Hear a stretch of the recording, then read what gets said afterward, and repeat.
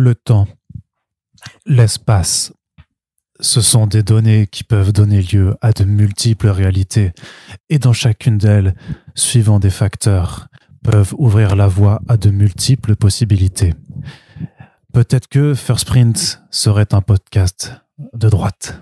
Peut-être que First Print ne serait pas un podcast dédié aux comics. Peut-être que sur une autre terre, il n'y a tout simplement pas de First Print et les gens se désespèrent d'aller voir des films nuls sans pouvoir faire une thérapie après auditive. Toutes ces questions, et si, seront résolues dans cet épisode spécial de On Screen What If saison 3. On va en parler tout de suite après le générique.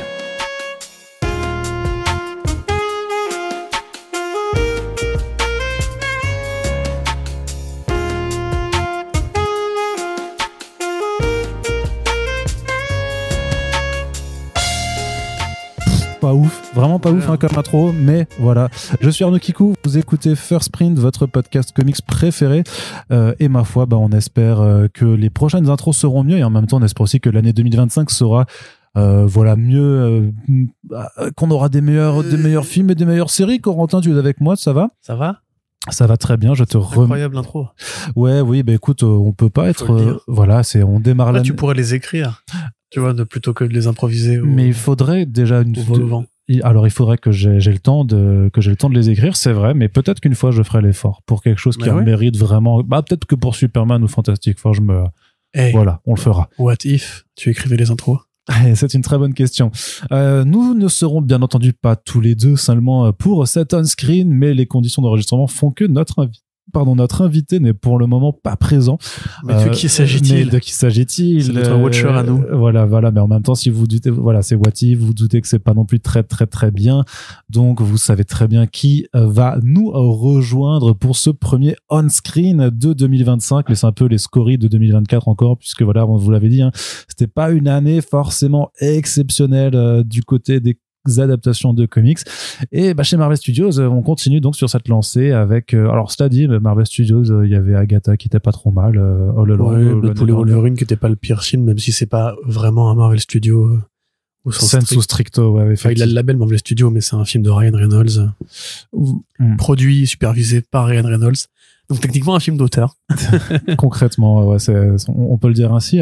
Mais donc on revient avec ce petit podcast pour vous parler de What If saison 3, la troisième et dernière saison d'une série d'animation sur lequel on vous avait déjà fait des podcasts on screen, où on avait trouvé la première pas trop mal. On avait été très déçu par la seconde par contre, puisque on estime justement que l'approche et le concept n'est jamais forcément exploité jusqu'au bout de ce que ça pourrait être, tant dans ce que ça raconte, mais aussi tant dans la forme par rapport à l'animation. Et ma foi, pour cette troisième fournée d'épisodes, autant vous dire que le verdict devrait être tout aussi salé. Mais avant de faire le tour de table avec notre troisième larron, Corentin, un petit point, pour revenir de nouveau. Alors on en avait déjà fait sur les deux premières saisons, mais quand même pour celles et ceux qui sur la deuxième, celles et ceux qui découvrent On Screen, First Print ou ces podcasts, pour la première fois, ou qui écoutent un podcast sur What If pour la première fois, refaisons un tout petit peu le topo de qu'est-ce que c'est en comics et en animation. Tout à fait, alors si vous voulez un point plus détaillé, je ne l'ai pas réécouté, donc se trouve il était pas intéressant, je ne sais pas, mais ils sont toujours intéressants, Corentin. C'est gentil. Mais oui. Tu le sais. Enfin, voyons. Arrête. Je voudrais pas nous auto-jeter des fleurs, mais quand même, les points Cocopédia des podcasts on screen, c'est un peu vraiment le seul réel intérêt de ces podcasts. Non, il y a des blagues de Yerim aussi. C'est vrai. Par contre, toi, on peut se poser la question de. Mais moi, je ne suis que. Il y a des intros. Sont bien. Ouais, mais je ne fais que tendre le micro aux autres, en fait. Donc, il y a un moment où tu te moques du rire de Vesper aussi. C'est vrai. Ça, c'est bien. Voilà. Et c'est pas sexiste. Arrêtez de dire ça dans les commentaires. Non, parce que pas sexiste. Parce que je me moque aussi du rire de Corentin qui, dans le ratio cassage d'oreille, est très bien placé aussi. Personne se moque de mon rire. Il est fédérateur. Tout le monde est d'accord avec ça. Ah oui? C'est le rire du compromis. Ta gueule. Donc, c'est le rire de l'apaisement. Alors, donc, What If, pour résumer, vraiment un résumé, je sais qu'à chaque fois je dis on va faire ça vite, etc. Mais là, vraiment, il n'y a pas tant de choses que ça à dire en vérité. Le concept des What If, il apparaît dans l'esprit de Roy Thomas. Bon, pour enrichir un peu ce point quand même, les éditions Marvel, telles qu'on les connaît aujourd'hui, démarrent en 61 avec l'apparition des Fantastic Four, et ensuite de tous les personnages qui vont être développés par Stan Lee et Jack Kirby ou Jack Kirby et Stan Lee selon le choix qu'on veut faire. Roy Thomas, qui est un peu le bras droit à ce moment-là de Stan Lee, va prendre les commandes de Marvel en 72, au moment où Stan Lee prend de la hauteur, récupère le poste qui était anciennement occupé par Martin Goodman, le monsieur à qui on doit Timely Comics et Marvel Comics. Et donc à ce moment-là, Stan Lee devient publisher, donc c'est celui qui décide quelles séries vont être mises en production, tandis que Roy Thomas devient l'éditeur en chef, c'est-à-dire celui qui supervise les équipes au jour le jour, qui propose des concepts, qui décide de la ligne générale vers laquelle va l'éditorial. Une répartition qui existe encore aujourd'hui, hein, il y a encore des publishers et des éditeurs en chef dans les grandes maisons d'édition. Pour Roy Thomas, en fait, c'est une grande période de réinvention, puisque lui, c'est le scénariste qu'on va associer le plus à l'âge de bronze des super-héros. C'est lui qui invente Luke Cage, qui invente Iron Fist, qui invente Morbius, il invente Red Sonja aussi dans le cadre des comics Conan le Barbare. D'ailleurs, c'est aussi grâce à Roy Thomas que les comics Conan vont beaucoup se développer. Il va faire de très très grands runs, proposer beaucoup de nouvelles idées, et voilà, c'est un peu là que Marvel sort de l'âge d'argent, qui était la période de Stan Lee, avec des histoires beaucoup plus simples, qui va être de la qualité évidemment, mais avec des histoires quand même qui étaient plus accessibles, plus tournées vers un public un peu plus enfantin ou un peu plus généraliste. Thomas, lui, ose des propositions plus radicales. Et effectivement, à la fin de la décennie, enfin pas très loin on va dire, il propose à Stan Lee l'idée justement d'une cour de récréation de laquelle on pourrait en fait dévier de principes qui ont été posés, qui sont considérés comme inamovibles. Par exemple, Captain America, voilà, on peut se poser la question de qu'est-ce qui serait passé si le monde n'avait pas redécouvert Cap, qui n'était pas sorti de la glace, etc. Voilà, c'est des idées qui commencent déjà à germer, parce que à ce moment-là, on sommeille sur 15 ans en fait déjà d'histoires qui ont été publiées. Il y a eu des grands événements déjà, des grands faits marquants. Et Roy Thomas en fait a expliqué dans plusieurs interviews que quand on voulait vendre un concept à Stan Lee, il fallait commencer par parler de l'accroche marketing et souvent du titre. C'est Stan Lee, un être qui réagit bien justement aux formules qui sonnent bien, aux propositions qui directement rentrent comme une évidence. Et pendant les pitchs justement les points avec les éditeurs, Stan Lee, quand il proposait des idées, avait souvent cette formule où il disait what if in this month Spider-Man on faisait tel truc, what if dans Thor en fait on découvrait que machin. Et en fait la formule what if était justement associée à Stan Lee, parce que quand il proposait des idées, lui il les formulait comme ça. Donc quand Roy Thomas a été en rendez-vous avec lui, il savait très très bien qu'il fallait vendre la série sous le titre de what if, parce qu'il savait que ça allait bien tilter dans l'esprit de Stan Lee. T'as une version plus romancée du truc, où c'est même, en fait, c'est à tel point, Stan Lee répétait tellement what if tout le temps dans tous les sens, qu'en fait, au-delà même de vouloir proposer, c'est que, en fait, presque Roy Thomas a dit, bon, bah, en fait, on va en faire une série de ton truc, quoi, parce que t'arrêtes pas de le répéter tout le temps, faut exorciser ça et le mettre sur papier. Voilà. Alors, le concept, évidemment, il est naturel dans le monde des super-héros. C'est vrai que Marvel avait pas forcément la même assise sur le multivers que DC Comics avait. Je veux dire, DC Comics avait commencé à parler multivers longtemps avant que les Fantastic Four ne deviennent une réalité dans le milieu de l'édition américaine. Aussi, parce que dès le Flash, t'avais déjà fait cette réflexion sur il y a un Flash, il y a un autre Flash. Ouais, mais justement, le Flash of Two Worlds, c'est après les années 60 quand même. Oui, mais après se développe Crisis on Earth 2, Crisis on Earth 3, et en fait, cette logique qu'il y a plusieurs réalités singulière dans le multivers de DC Comics, et qui finira par ensuite créer Crisis on Infinite Earths beaucoup plus tard. On a déjà commencé à considérer cette possibilité-là chez DC, et l'âge d'argent, pareil, qui a été un grand spectre d'expériences un peu malsaines, nous a appris à jouer avec les personnages qui viennent du futur, les personnages qui viennent du passé, et même il y a eu beaucoup de numéros de World's Finest où on donnait des pouvoirs à Batman, tu vois, par exemple. Sur ce côté, on peut s'amuser à tricher avec le canon. Et Marvel, en l'occurrence, pas profité de ça, ils sont pas inspirés de ce truc-là, je veux dire, mais s'est posé la question, avant même qu'on parle de multivers, justement, de simplement imaginer ce qui se serait passé si on avait été plus souple avec les conditions, si on revenait sur des décisions qui avaient été prises à des moments X ou Y, notamment par exemple le fait que Spider-Man aurait pu rejoindre les Fantastic Four, et c'est avec ce numéro-là que s'ouvre la première série en 77, What If Spider-Man Had Become Member of the Fantastic Four, par Roy Thomas et Peter Craig au dessin. Après, bon, les idées vont commencer à arriver, et si le Hulk arrivait à maîtriser le cerveau de Bruce Banner, ce qu'on peut considérer comme étant l'origine du Hulk intelligent ou du Hulk total, qui sera ensuite fait à plusieurs endroits de la continuité, on aura plein d'autres concepts, alors très généreux, hein, je veux dire, il y a des trucs qui sont assez évidents, comme par exemple, et si l'oncle Ben n'était pas mort, ce qui va être fait à 2 reprises d'ailleurs, parce qu'il y a, et si Spider-Man avait arrêté le cambrioleur qui tue Oncle Ben, et ensuite, beaucoup plus tard, et si Oncle Ben n'était pas mort. Il y a aussi, et si Spider-Man avait sauvé Gwen Stacy, et qu'elle n'était pas morte. Pareil, on peut se poser la question de est-ce que c'est pas déjà une première tentative de pérenniser l'idée qu'on pourra un jour revoir Gwen Stacy dans un autre rôle, ce qui sera ensuite fait avec Spider-Gwen, enfin Ghost Spider / Spider-Gwen. Et si Elektra n'avait pas été tuée, voilà, ça c'est aussi des trucs souvent, c'est si on n'avait pas tué tel personnage et tout. Après il y a aussi l'idée que tel personnage du camp du bien pourrait devenir un personnage du camp du mal, parce que et inversement, ouais. Et inversement, on a aussi si Captain America devenait président des États-Unis, et on a aussi le fameux numéro et si c'était Jane Foster qui avait soulevé le marteau de Thor, oui, qui c'est sera vrai, l'anticipation du numéro de la série Mighty Thor de Jason Aaron, beaucoup plus tard, évidemment. Alors le concept il prend bien, il n'y a pas forcément de pérennisation, avec le pérennisation, il n'y a pas forcément ensuite de transformation de ces concepts-là en série régulière dans la foulée. On sait qu'il y a des choses qui vont inspirer, je veux dire, le retour d'Elektra avec Frank Miller, c'est évidemment un truc qui était déjà posé dans What If et qui arrivait très peu de temps après, hein, évidemment. Mais voilà, ça prend, ça gagne, ça marche bien, mais finalement ça n'atteint pas les 50 numéros puisque la série finira par être, le premier volume finira par être annulé au bout de, je crois, 47 numéros, si je ne dis pas de bêtises, ou 44 numéros, enfin, dans ces eaux-là. Et à ce moment-là, on passe à autre chose, le temps a changé, la présidence de Jim Shooter est à nos portes, et là, on va avoir beaucoup d'autres choses à faire chez Marvel, sur les Uncanny X-Men, sur Daredevil, sur Spider-Man aussi, avec Roger Stern. Il y a beaucoup de choses qui vont bouger en interne. Et finalement, la série What If ne revient que en 89, pour un second volume.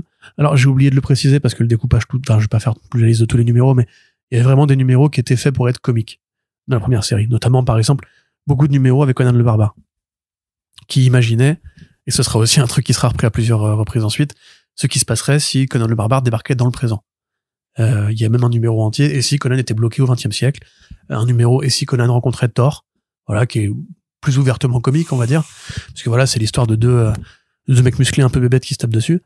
Donc finalement, en 89, l'envie de relancer le concept de What If réapparaît, avec pareil la même promesse un peu de s'amuser, enfin soit d'aller vraiment dans des histoires qui sont fabuleusement humoristiques, puisque justement quand on pose des idées folles, on s'attend aussi à ce qu'il y ait des trucs qui ne marchent pas et donc qu'il faille doser dans la partie humour pour que ce soit utile, et des trucs qui sont aussi très sombres, parce que c'est aussi une des caractéristiques des What If. Il arrive très souvent que justement, quand un personnage devient un autre personnage, ou quand une décision est prise de pousser un alignement de super-héros vers le négatif, c'est évidemment logique de dire, et si par exemple tes personnages en avaient simplement eu marre de tel vilain et décidé de le tuer. Voilà. Donc cette série-là, elle est beaucoup plus longue. Elle dure pendant quasiment 10 ans, puisque What If volume 2, c'est entre 89 et 98. À ce moment-là, il y a même des idées qui sont poussées pour développer un peu la marque de What If avec ce qu'ils appelaient, je crois, l'alterniverse. C'est-à-dire que c'est un concept en fait où on se dit qu'on pourrait imaginer que le label What If mobilise en fait des séries de plus longue haleine, ce qui sera le cas pour Ruins notamment, et quelques autres concepts dans ce style-là. La série elle-même, elle a duré assez longtemps, elle a traversé toutes les années 90. Elle est aussi connue quand même pour avoir développé le premier personnage de Spider-Girl, donc la fille de Peter Parker et Mary Jane Parker, qui s'appelle Mayday Parker, qui sera la première Spider-Girl, inventée en 98 par Tom DeFalco et Ron Frenz dans What If 105.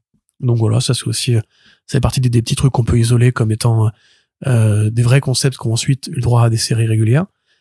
Et à partir de là, une fois que cette période-là se termine, on entre dans une nouvelle période.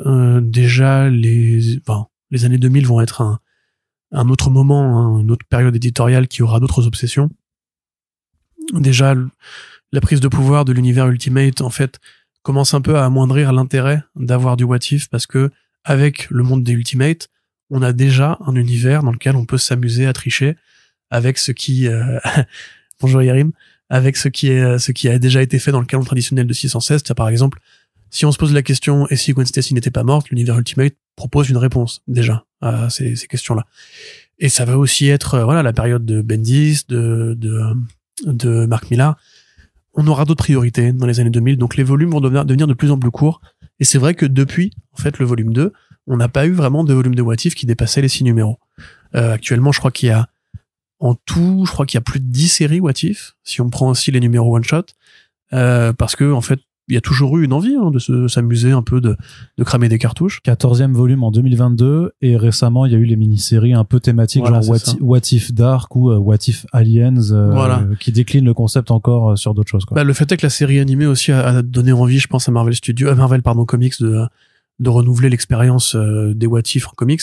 Alors il y a eu des projets qui étaient effectivement un peu plus bizarres, comme What If Miles Morales, où on imagine dans chaque numéro ce qui serait passé si Miles n'avait pas été fan de Spider-Man au point de reprendre son costume et ses pouvoirs. Il y a What If Venom qui doit arriver aussi. Pardon, il y a What If Venom aussi qui doit arriver, où c'est la même chose. Voilà, et si le symbiote c'était lié à quelqu'un d'autre. Exactement. Là, au mois de janvier, on va avoir What If les héros de Galactus. C'est-à-dire qu'en fait, si Galactus avait pris comme héros à la place du Silver Surfer, Gambit, Hulk, Miss Marvel, je crois, Hulk et comment ça s'appelle, Moon Knight. Tu vois, voilà, c'est les trucs.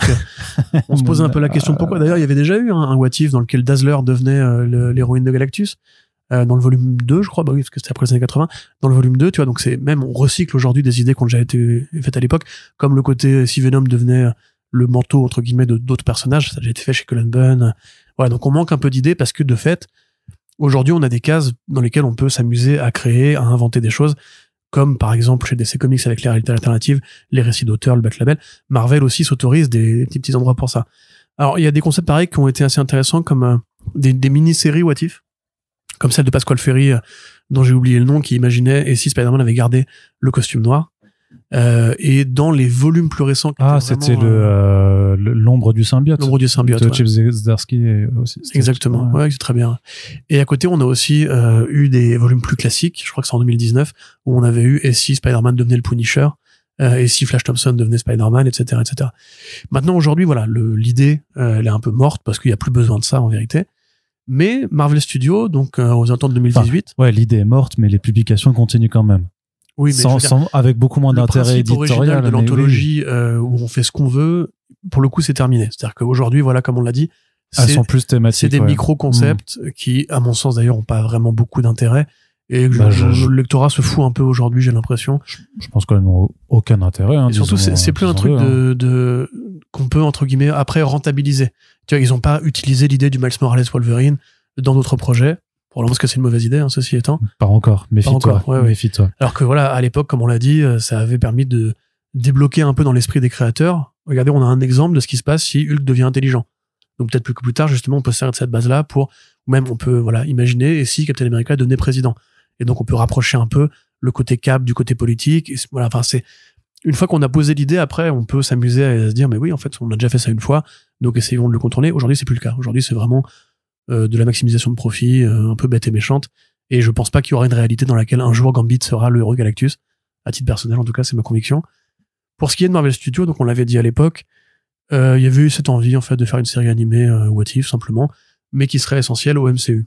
C'est-à-dire qu'on va prendre les films du MCU et prendre une direction alternative. Imaginez ce qui serait passé si, par exemple, Hank Pym, pour se venger de la mort de sa fille, décidait de tuer tous les héros de l'univers Marvel Studios parce qu'ils considèrent que c'est eux les responsables. Ce projet-là, il est confié à une scénariste qui s'appelle Ashley C. Bradley, ou AC Bradley, comme on l'appelle sur Wikipédia, qui avait proposé un pitch en fait pour Captain Marvel à l'époque, pitch qui avait été refusé, mais la production chez Marvel Studios pensait qu'elle avait de bonnes idées et que ce serait intéressant de lui confier, alors pas le poste de showrunner puisqu'il n'y a pas, en tout cas il n'y avait pas de showrunner chez Marvel, mais le poste de head writer, c'est-à-dire voilà, c'est celle qui allait nommer les scénaristes et essayer d'imposer une ligne commune, mais sous la supervision bienveillante de Kevin Feige, de Victoria Alonso et Louis De Esposito, qui étaient à l'époque les trois têtes pensantes de la pyramide. Bon, voilà, le projet il est mis en développement et Feige dit qu'il veut s'impliquer. Disney Plus à côté se lance, il y a des retards de production, etc. On embauche Jeffrey Wright pour jouer le rôle de Uatu le Watcher, donc il y a un personnage qui existe dans l'univers Marvel Comics, qui est une création de Jack Kirby, qui est très important au moment de la première trilogie Galactus, et qui a pas grand chose à voir, en fait, parce que le Watcher, normalement, ne surveille pas les réalités alternatives, mais bien la réalité principale. Et après, encore au-dessus, il y a des autorités pour le multivers. Mais là, on dit que c'est kiff-kiff. On fait une première saison avec des vraies propositions alternatives. On retrouve l'esprit un peu comique aussi des comics What If de l'époque. C'est vrai que et si Thor débarquait sur Terre pour se bourrer la gueule parce que son frère rival ne lui avait pas appris à se remettre dans le droit chemin. Voilà, ça fait très What If, c'est vrai. Très beauf, mais très What If. La saison est diversement appréciée, elle impose une esthétique en 3D, technique de ouais. voilà, une animation en 3 dimensions sur laquelle on plaque un effet de texture bande dessinée, ce qui n'a pas été du goût de tout le monde. Tout le monde se posait la question pourquoi ne pas avoir fait un Star Wars Vision ou un Blade Runner, j'ai oublié le nom de la série Blade Runner, mais en prenant un style différent par épisode et un réal d'animation différent par épisode. Ça n'a pas été le cas. Beaucoup d'épisodes qui étaient prévus pour la 1 seront basculés pour la 2 parce que pareil, le format était assez court hein, pour une anthologie. Et AC Bradley, après le travail sur la 2, finira par quitter le navire. Et c'est Matthew Chancey qui prendra les commandes pour la saison 3, dont on sait que la 3 a aussi récupéré des épisodes de la 2. L'épisode sur Red Guardian, par exemple, il a été écrit par AC Bradley, celui qui est avec Red Guardian aux États-Unis, il fait un buddy movie avec le Winter Soldier. On sait aussi que ça a servi donc à Marvel pour relancer un peu la marque What If en comics, et que ça a valeur de spin-off pour la série Marvel Zombie qui a été un peu installée là-dedans, que le concept de Captain Carter, donc de Captain Britain, mais qui ne s'appelle pas Captain Britain pour, je pense, des raisons de droit, a été rentabilisé ensuite dans le film Doctor Strange et The Multiverse of Madness. Question de marque, hein, s'il y avait une Agent Carter, c'est la même héroïne. Donc oui, enfin c'est un peu débile quand même parce qu'elle a le Jack sur le bouclier, mais certes, mais et que ça existe en comics depuis longtemps avant Captain Carter. Mais c'est pas moi qu'il faut convaincre, hein, Corentin. Voilà. Donc ce concept-là, il a été rentabilisé. On a posé l'idée des Avengers du multivers à la suite du combat contre le Ultron Prime dans la première saison. On a introduit Kaori dans la saison 2. On a introduit Kaori, création originale développée avec le peuple des Mohawks, pour des raisons qui m'échappent encore aujourd'hui. Le personnage d'ailleurs a été canonisé en comics entre-temps. C'est comme Phil Coulson, c'est l'un des rares renvois que l'univers comics a fait officiellement à l'univers ciné. La saison 1, effectivement, comme tu l'as dit, elle était plutôt appréciée, c'est faux.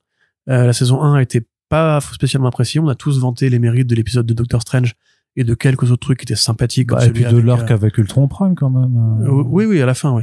Mais celui avec T'Challa aussi, qui était sympathique en Star-Lord, qui était dans la dernière production de Chadwick Boseman de son... Ouais, c'était son dernier travail. En revanche, on avait beaucoup de critiques à formuler par rapport à l'esthétique, à l'animation, certains épisodes qui avaient vraiment peu d'intérêt. Mais la 2 nous a permis de la revoir à la hausse, puisque la 2, c'était de la merde. Pour tout un tas de raisons. Déjà, ça gâchait l'idée du Doctor Strange. Pareil, d'ailleurs, on croyait que le Doctor Strange de l'univers sombre serait en fait le vilain, serait le Doctor Strange de Multiverse of Madness, mais il se trouve que non. Non, mais alors, ouais, enfin, on pensait, c'était surtout les habituels comptes de merde des réseaux sociaux et tout ça qui ont théorisé et spéculé dessus sans qu'il y ait de raison tangible de croire ça. Après, ça aurait été pas idiot, parce que techniquement, la série participe du multivers. Sauf qu'elle a jamais été, en fait, tout à l'heure, je parlais de Captain Carter, en fait, ce n'est pas la Captain Carter de What If qu'on voit dans Doctor Strange. Non, mais d'où l'absence aussi dans mon préambule où je disais que ça a jamais été poussé jusqu'au bout, mais vraiment dans tous les sens du terme, tant dans le narratif que le visuel, et que l'exploitation même du multivers dans une phase pourtant qui s'appelle toujours la multivers saga chez Marvel Studios. Absolument, ouais. La saison 2 aussi, on se souvient de l'épisode 1602, qui reprenait la fameuse histoire de Neil Gaiman dans la continuité médiévale, qui était nul à chier. Et enfin au global, c'était pas une très bonne saison, et en fait personne attendait vraiment cette saison 3 parce que on savait que ce serait la fin des fins. Ce qui est incroyable, c'est qu'on est 4 janvier et Corentin est déjà super enfant. Mais non, mais honnêtement, je vois pas trop ce qui a sauvé la saison 2, je le dis avec le plus d'enthousiasme possible. Mais voilà, du coup la 3, effectivement, on avait déjà vu des concepts, on savait qu'il y aurait du Gundam dedans. On se posait un peu la question quand même de s'ils allaient pas enfin assumer un narratif filé entre les différents épisodes. Spoiler alert, ce n'est pas le cas, hein, évidemment. On revient à ce qui s'est passé à la fin de la saison 1 avec Ultron et avec les Watchers. Mais derrière, à part entendre la douce voix de Jeffrey Wright, qui campe un personnage de Jack Kirby, ce qui est plutôt sympathique pour lui, la saison est passée vraiment sous les radars.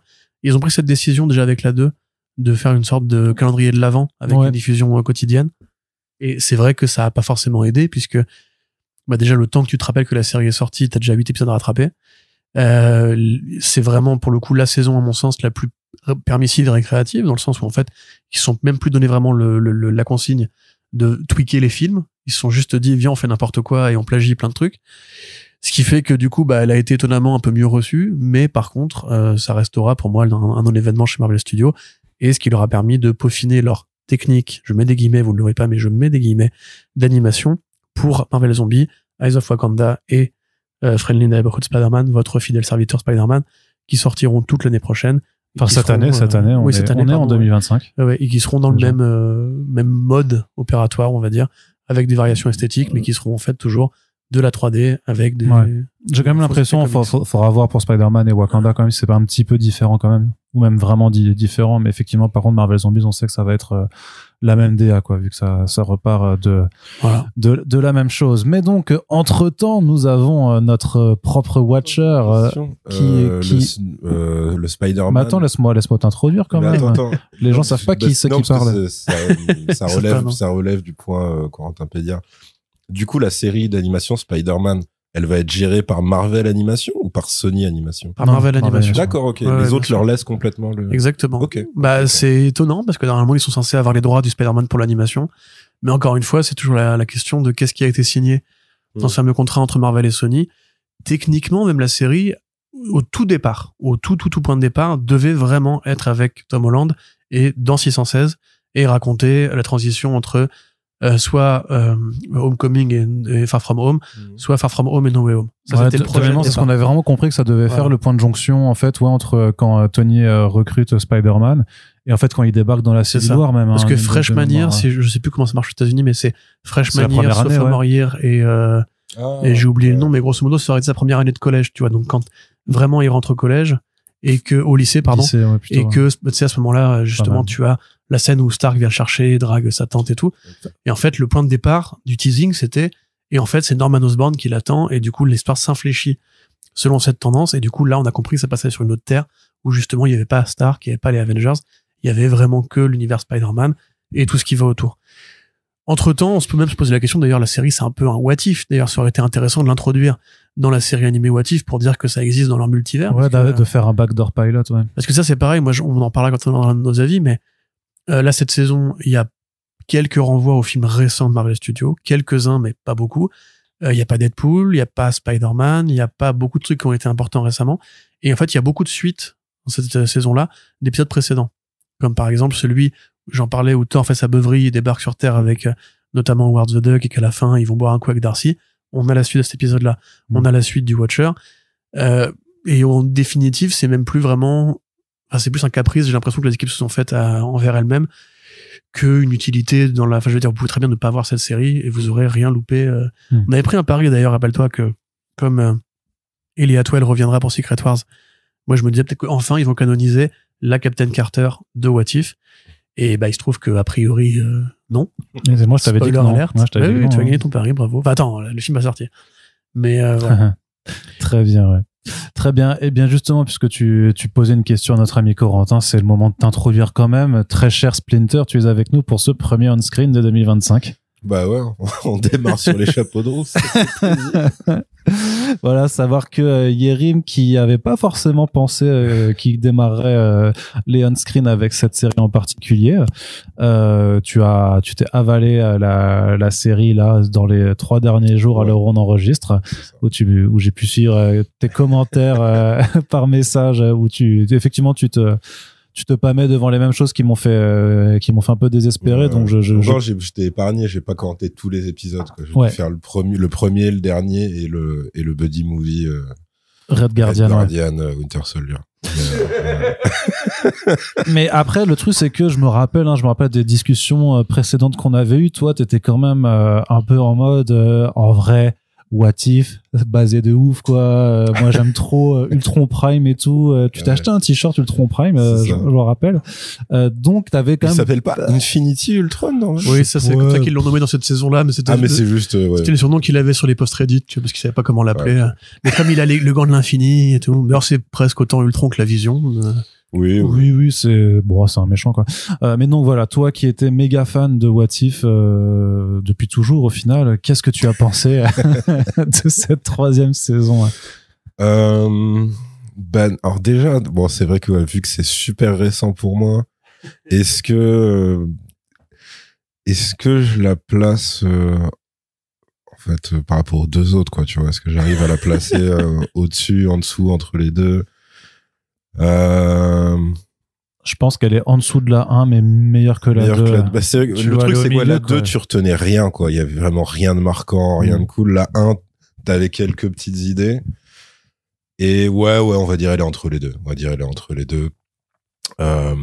Mais c'est pareil. Enfin, je trouve qu'il il y a toujours cette espèce d'erreur originelle où ça rejoint la présentation de Corentin, c'est que ils se sont jamais vraiment saisis de ce qu'aurait pu être le vrai potentiel d'un What If dans leur univers à eux, quitte à avoir une anime moche ou un truc sous-budgété ou quoi que ce soit, mais juste de s'éclater complètement, de dire vu que là on a officiellement un couloir qui nous permet d'avoir zéro conséquence sur quoi que ce soit, autant se lâcher et tout, et au pire, si vraiment vous avez zéro idée, en fait, adapter n'importe quelle side story des comics, ce sera toujours mieux que vos idées à vous. Enfin, tu vois, ça qui est rigolo, c'est qu'ils sont même jamais posé la question de, un truc qu'on pourrait pas faire, qui viendrait des comics. C'est ça, mais qu'on peut pas envisager en film. Parce que la continuité fait que, etc. Ils se sont jamais posé la question. Ou alors, c'est vraiment qu'ils ont été encore plus bridés que ce qu'on pensait, quoi. Je sais pas si ça vient d'eux ou si c'est vraiment au-dessus, que ça leur disait, ah non, ça, par contre, vous n'y touchez pas, vous ne faites pas ça, etc. Ça, je sais pas, tu vois. Juste, je voulais rajouter, j'avais oublié de le dire dans le point Cocopédia, Victoria Alonso, qui a évidemment été foutue à la porte de chez Marvel parce qu'elle a produit un film, sur un documentaire, je trouve, un film sur une révolution argentine et que ça a pas plu à Bob Iger, qui est un homme très ouvert d'esprit. Aujourd'hui, officiellement, c'est Brad Winderbaum qui est devenu, en fait, le patron des productions Marvel pour la télévision, donc Marvel Télévision, Marvel Animation et Marvel Special Features et le Marvel Spotlight, donc les 4 labels. Et c'est lui, en fait, qui a priori est en train justement de faire un peu bouger les choses en interne pour que on commence à avoir des showrunners, pour que 97 justement il a un peu laissé travailler et tout, parce que Feige en fait a compris après quelques années après 3 que sa méthode de travail à lui fonctionnait pas, et je trouve que à défaut d'avoir beaucoup de qualité, cette saison-là quand même on sent qu'ils ont, enfin personne à mon avis leur a mis une tape dans le dos en mode vas-y fais ça s'il te plaît, parce que ça part vraiment dans tous les sens. Et alors je sais pas si Kevin Feige aurait validé le bébé canard femme, tu vois, pour le coup. C'est donc du coup ça pour toi ça n'est plus d'au-dessus quoi. Mais évidemment, de toute façon t'avais une interview de Feige où quand ils ont lancé What If, justement il avait dit moi j'aimerais bien être là sur toutes les séries Disney. Il avait dit moi j'aimerais bien être là derrière chaque projet comme pour les films en fait. Ouais, d'accord. Et ça se ressent, je veux dire, quand tu vois Hawkeye, quand tu vois Moon Knight, tu sais justement que t'as toujours le capitaine qui est là pour leur couper les pattes, même la fin de WandaVision, je veux dire, c'est du Kevin Feige dans le texte. Disons que là il y a quand même les défauts des 2 premières saisons, c'est-à-dire que t'as quand même l'impression que c'est moche. Parfois déjà mais ça niveau anime, enfin j'avais plus du tout d'attente quoi à ce niveau-là quoi. Tu sens que Marvel Animation en fait à très rares exceptions, tu sens que c'est la dernière roue du carrosse dans les priorités. Pourtant, tu sais qu'X-Men 97, tu t'es dit qu'il pouvait se... Ouais, mais c'est malheureusement une exception qui confirme la règle, quoi, tu vois. Et du coup, il y a cette impression que, ils font des versions parallèles de ce qu'ils ont déjà fait chez Marvel Studios ailleurs, que ce soit en film ou en série. Et il y a un peu un côté SAV des acteurs ou actrices un peu malheureux ou très utilisé à l'arrière-plan quoi pour alors sur celle-là film et série, parce que il y a Kate Bishop et Shang-Chi, et là c'est vraiment ça quoi, tu vois, c'est des persos qui ont pas forcément marqué le très grand public, et tu dis au moins on va leur filer ça. C'est pareil quand t'as Moon Knight dans un mecha et que son mecha il s'appelle Khonshu, tu fais oui bon d'accord ok. Alors il a 4 répliques dans l'épisode, c'est vraiment pas du tout le personnage principal. Mais c'est marrant que tu dis ça, parce que pour moi justement ce serait à mettre dans les points forts de la série, c'est justement d'avoir réussi quand même à aller récupérer quand même certaines très grosses stars, parce qu'ils ont quand même, alors même si c'est pour 3 lignes à chaque fois, Oscar Isaac, on les voit VO, parce que en tout cas en VO c'est ça, parce qu'ils ont Oscar Isaac qui revient, Hailey Steinfeld elle vient aussi, t'as Josh Brolin, c'est lui qui double Thanos dans l'épisode 4 pour 2 répliques vraiment. Ouais, clairement. Tu vois, enfin mine de rien que Catherine Hahn elle est revenue, Gianni. Merci, il est là aussi pour les états. Enfin, tu vois, je me suis quand même dit, tu vois, justement pour Mangiani, ça m'a grave fait penser, parce que du coup, lui, il a donné plusieurs interviews, il a dit qu'il avait quand même assez mal vécu le désamour autour de Eternals et tout, qu'il se demandait si c'est pas lui qui est merdé et tout machin. Et là, tu sens justement que dans cet épisode-là, c'est un peu genre, si on en prend un des Eternals, on va prendre celui qui a le plus mal vécu pour lui dire, en fait, c'est bon, mais amuse-toi, c'est pas grave. Ou peut-être celui juste qui a le moins, qui avait le seul agenda de libre, parce que les autres sont peut-être plus occupés. Bah, c'est aussi parce que c'était un peu le personnage comique des Eternals. Ouais, c'est que ça, cet en épisode-là, termes il de a plus tonalité, vocation. si t'en ramènes d'autres, ils sont quand même tous extrêmement tristes, quoi. Les autres Eternals, ils sont pas dans un délire, on va faire un numéro de musical avec Catherine Anne, quoi, tu vois. Non, après, c'est vrai que je suis pas trop la filmo de cet acteur, mais quand tu regardes, enfin, les autres, Barry Keoghan, il fait plein de trucs. Oui, mais après, tu sais qu'ils avaient quand même ramené Cate Blanchett la saison 2, hein. Oui, Et c'est vrai. Blanchett, Non, mais c'est pour ça. Disons qu'au moins la constante qui a toujours été cool pour l'aveu, en tout cas, c'est qu'ils ont quand même. Alors parfois ils y arrivent pas, donc ils remplacent par d'autres comédiens de doublage, mais sinon ils ont quand même vraiment réussi. Ça coûte trop cher. À ramener un maximum de gens, et je trouve que c'est quand même plutôt pas mal. Non, mais d'ailleurs, c'était un truc qui m'avait beaucoup j'ai vu Thanos dans la 2, c'était qu'ils avaient pas pu avoir Robert Downey Jr. Oui, bien sûr. Et ils avaient pris un Matchbox, donc en animation, un Matchbox, c'est quand tu peux pas avoir la rosta et que tu prends. Ouais, c'est sûr. Une personne qui a une voix approchante, voilà.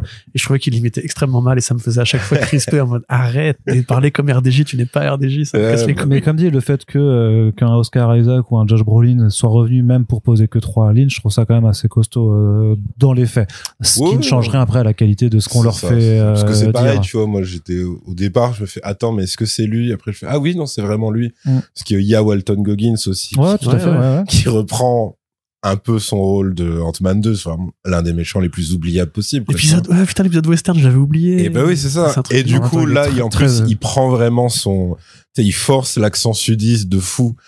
Et, tu vois, qu'il pouvait avoir dans Justified. Alors, Justified, du coup, j'ai pas vu, mais du coup, j'imagine que ouais. Mais je pensais carrément au Tarantino, tu sais. Django Unchained. Non, l'autre après. Même si oui, il est aussi dans Django, effectivement. Hateful Eight et tout, mais ouais, Django et Hateful Eight, il a vraiment ce... Well, I don't know about that, sir. donc ouais, tu peux avoir des petits côtés, des petits côtés un peu rigolos comme ça, mais oui, malheureusement, ça s'arrête là parce que, bah, tous les exemples qu'on a cités, ouais, en fait, ils sont même pas issus d'épisodes cool, quoi. C'est vraiment des trucs où tu fais bon, ok, effectivement, il y a une, maintenant, vous êtes en mode western, c'est cool. Comme le premier où tu fais, ah oui, d'accord, des mechas, une dame dans le style et tout, mais, bah, c'est Pacific Rim, enfin, c'est Evangelion, Pacific Rim, c'est le truc que j'allais envoyer à Arnaud, je fais, ok, ça commence direct, c'est un remake de Pacific Rim, pourquoi? Et après, du coup, bah, la galère, c'est que, donc autant ils ont toujours pas leur enfin une utilisation qui serait pas forcément une bonne utilisation parce que tu peux rater aussi, mais ce truc de s'accorder au moins sur soit on teste des choses qu'on peut pas du tout faire, en tout cas pour l'instant pas envisager au ciné, soit vraiment vu qu'on n'a pas trop d'idées, ben on va piocher, je sais pas, tu pouvais carrément faire un épisode, je sais pas, tu fais un épisode de l'ère d'Apocalypse comme t'en as fait un Marvel Zombie, tu vois, enfin tu peux, mais vraiment faire tellement de trucs, enfin ils ont quand même une armée de 10 000 stories différentes parallèles à adapter, ils en prennent aucune, et du coup ils vont pomper d'autres films. Et donc c'est bon. Okay, après, tu pourrais dire que c'est l'application du concept des comics sur le registre filmique par rapport au fait que la base de déclinaison des What If en animation, c'est quand même les films du MCU. Donc tu dis, bah, en fait, c'est What If, les films Marvel Studios étaient d'autres films. Bah, ouais, mais non, enfin, ça marche pas. Enfin, je dis pas que c'est bien, que c'était la chose à faire. Déjà que c'est super énervant quand Hawkeye, on en avait parlé à plusieurs reprises. la série Hawkeye de Marvel Studios, elle se base sur un numéro de tout le volume de Fraction et Hara, qui est le numéro qui se passe à Noël. Et d'ailleurs, c'était même un meilleur numéro que toute la série. Enfin, bon, en 20 pages, le mec, il plie 6 heures d'épisode. Ne ressasse pas trop. Ils se disent, on va faire un truc pour Noël. Et plutôt que de se dire, on va prendre les comics de Fraction et Hara et trouver comment on peut les tweaker pour faire un truc de Noël, ils se disent, non, on va prendre La Course aux jouets, on va prendre Die Hard, on va prendre tous ces films-là où papa doit rentrer pour Noël, etc., mais est bloqué en ville par bidule. Et du coup, ça fait un truc qui est une insulte à l'espèce humaine, et qui est une insulte aux comics qui sont basés dessus. Donc en fait, si tu veux, tu fais plaisir à personne en faisant ça. Et là, c'est pareil, genre What If, ils ont lâché le concept de dériver des films, ils ont lâché le concept, mais ils ont oublié même l'idée qui venait des comics. Et au final, qu'est-ce qui reste? Il reste, bon, mais qu'est-ce qu'on peut faire? Pacific Rim, moi j'ai bien aimé à l'époque quand même. Hein. Allez, ou alors on va faire un western. Ou alors tu dis, mais frère, non, enfin, c'est un peu quand même un refus d'obstacle énorme, quoi. Ouais, après tu pourrais très bien te dire que. Mais t'as kiffé, toi, du coup, t'es en train de me dire que t'as kiffé. Non, je fais l'avocat du diable, clairement. Je dis juste que techniquement, sur le principe de dire, bah là on fait un épisode western. Bah c'est de l'Elseworld, enfin c'est du What If, c'est quand même le concept là, techniquement il est adapté, quoi. Mais si encore c'était des bons épisodes. Oui, mais ça c'est le problème, c'est que non mais je dis que l'enfer est pavé de bonnes intentions, et moi je te dis juste que quelque part, les pavés, c'était effectivement des bonnes intentions. Par contre, le résultat, c'est l'enfer. Ouais, mais en fait, laisse Yérim finir, mais il y a une petite différence, c'est que même dans cet épisode-là, par exemple, en fait, c'est quand même aux 3/4 dérivé de Shang-Chi. C'est-à-dire, ça reste le mec qui migre aux États-Unis, qui doit retrouver sa sœur, et sa sœur est devenue une big boss. C'est-à-dire, en fait, ils ont juste pris un quart de Shang-Chi, ils l'ont foutu dans un western, et ils ont rajouté Kate Bishop. Mais j'ai plus le nom, mais Walton Goggins, quoi. Yellow Jacket, c'était? Non, c'est même pas costumé, c'était Coristol. Non, c'était un thug. Oui, c'est vrai, pardon, oui. Ouais, et rappelez-vous Ant-Man 2. Mais voilà, il faut se rappeler d'Ant-Man 2 aussi. Et en fait, c'est ça, pareil. Je pense que alors c'est peut-être un mauvais exemple si tu me dis que ça avait été écrit avant, mais le côté buddy movie Red Guardian, Winter Soldier. Alors du coup, ça doit être à l'envers, mais ça, pour le coup, ça ressemble quand même à pas mal de séquences de dialogue où tu peux avoir en fait des bouts de trailers de Thunderbolts. De Thunderbolts, ouais. Ouais, bien sûr. Où tu sens qu'ils vont avoir exactement cette relation un peu naze. T'as cette séquence, ouais, dans le trailer. Sauf qu'il va l'avoir avec tous les personnages, Red Guardian, parce que ça va être un peu le teubé de l'équipe, etc., tu vois.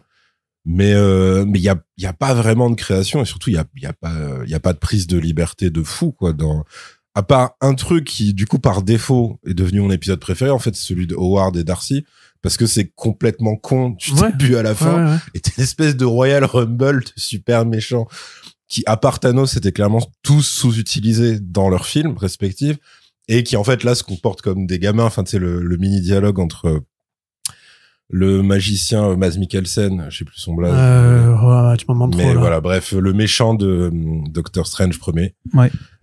Qui court à côté de l'elfe noir et qui fait je suis un magicien noir, je sais pas quoi, et là, tu fais mais moi je suis un dark elf, c'est dans notre nom et tout machin.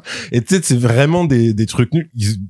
Ils ont la meilleure utilisation aussi de leur Zeus, en fait, parce que tu quitte à ce que soit un énorme qui pour le coup n'est pas Russell Crowe, ça je m'en suis douté clairement. Mais il y a Tom Hiddleston. Tom Hiddleston, sans que ça le fait marrer. Qui veut monter un resort, comment on dit, complexe hôtelier. C'est ça, au pied des pistes, pour les mecs qui viennent skier. Et pareil, le Grand Master, c'est pas Goldblum. Non, c'est pas Goldblum. Ah ouais? Non, ça m'a un peu surpris parce que je me suis dit limite bien pour le coup. Ouais. Mais bon.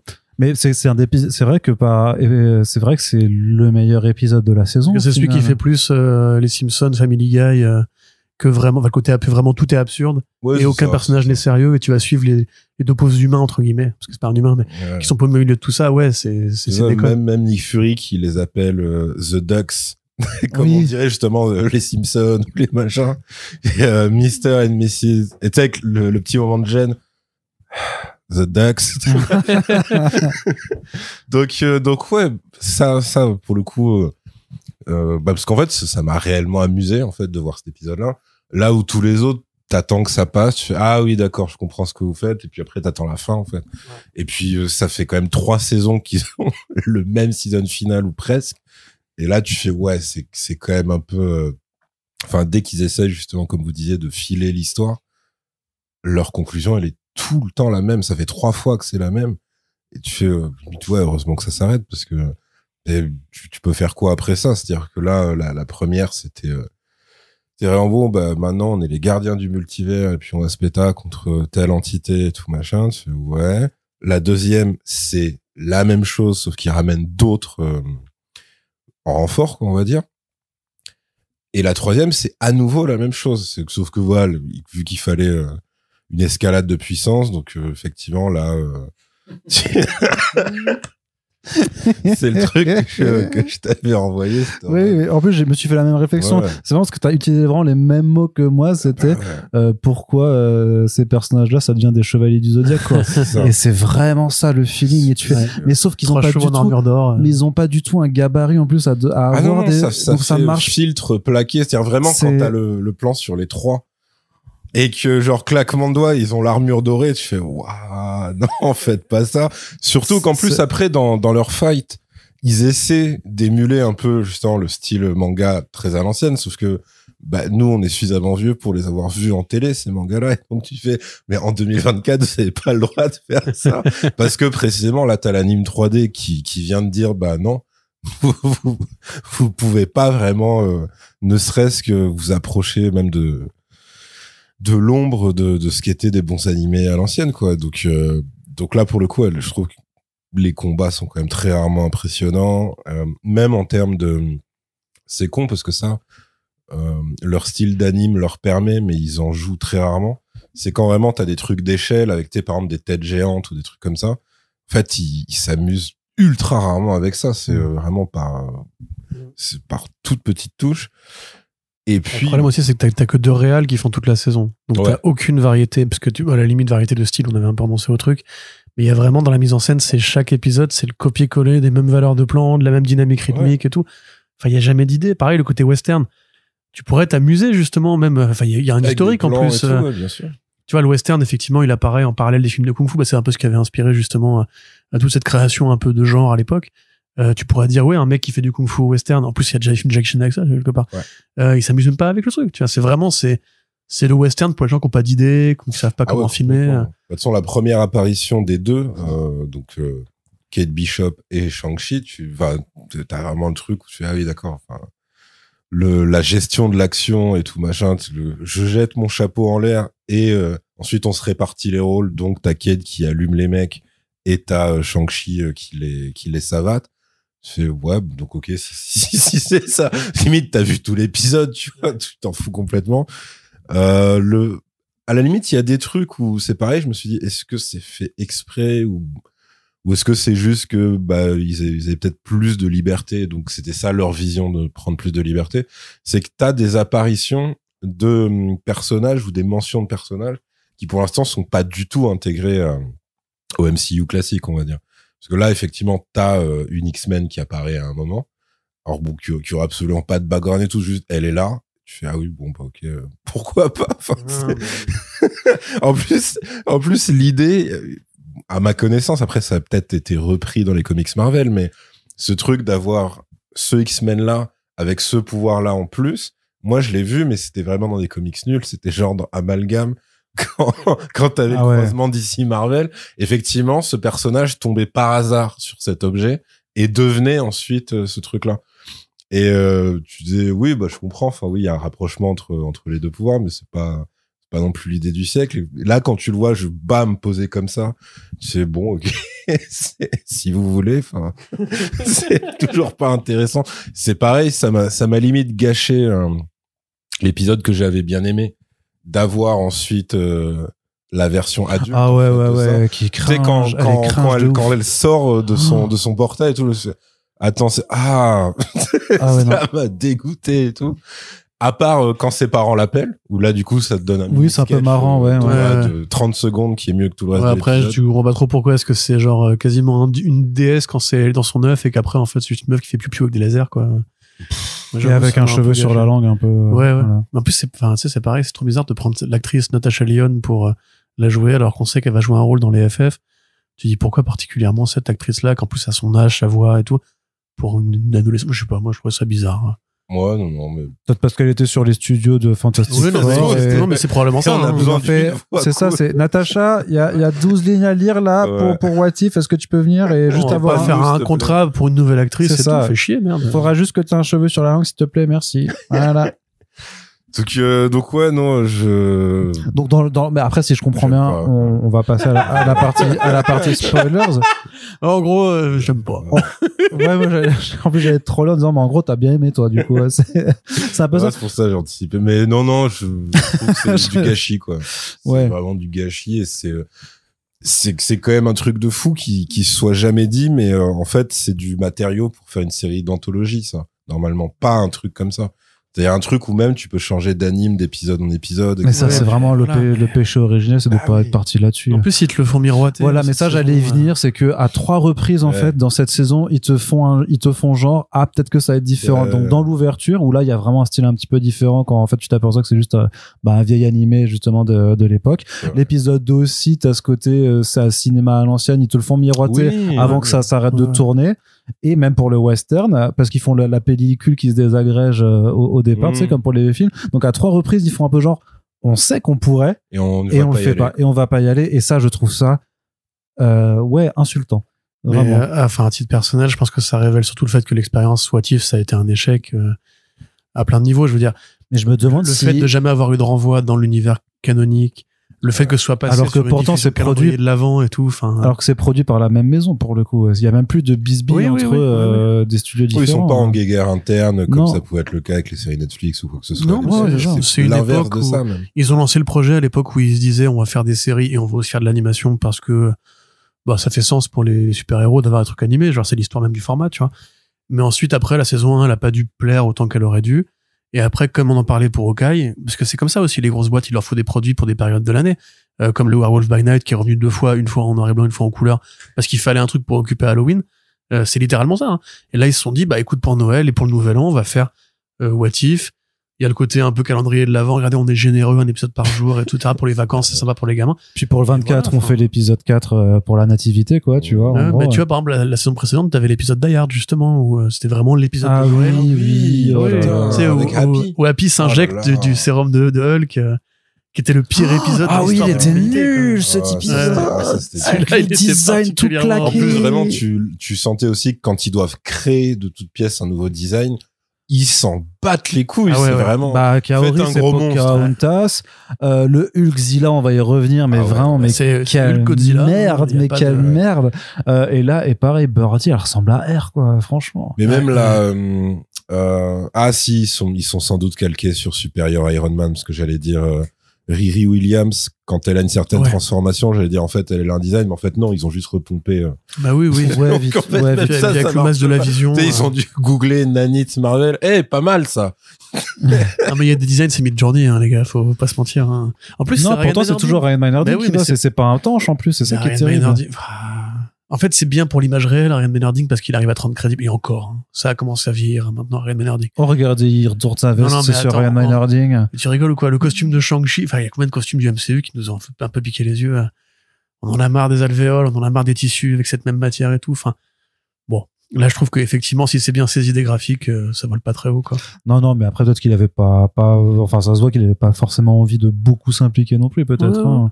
Parce que c'est pas une création, je pense que c'est pas un enjeu majeur de leur côté non plus. Non. Clairement, ça a été pensé, c'est-à-dire que s'ils avaient pris conscience plus rapidement que, en fait, le streaming n'allait pas être l'Eldorado qu'ils pensaient être, peut-être qu'ils auraient même pas mis en branle, en fait, une production comme ça. Bah, bon, alors c'est sûr que vu que- les piètres résultats, oui, je pense qu'ils se seraient dit on peut peut-être se marrer avec certains trucs, justement, tu te effectivement marres pas. Marvel Zombie et tout, mais qui va être mauvais en plus, on le sait, tu vois. Marvel Zombie, Vu leur pitch de départ. Où tu Ouais, dis, mais d'ailleurs, pareil, je crois que c'est 4 épisodes. ouais. Ah oui, c'est des trucs tout petits. Pour Ouais. c'est Eyes of Wakanda, c'est 4, et Marvel Zombies, ouais, c'est peut-être pas. Ça c'est aussi, peut-être ils pas ont abandonné, en fait, je pense, en cours de route, en mode, bon, ce serait bien quand même et tout. Et en fait, après, ils se Faites-en sont un dit, mais film d'animation. on au pire. met de l'oseille là-dedans pour rien, les gens, ils s'en foutent. Mais alors Puis, que enfin, je pense bref. que t'aurais pour parler vraiment de ces en producteur cynique et tout, tu pourrais avoir une demande de gens qui se sont peut-être un peu désintéressés du côté un peu trop lisse de leurs films, de leurs séries live et tout.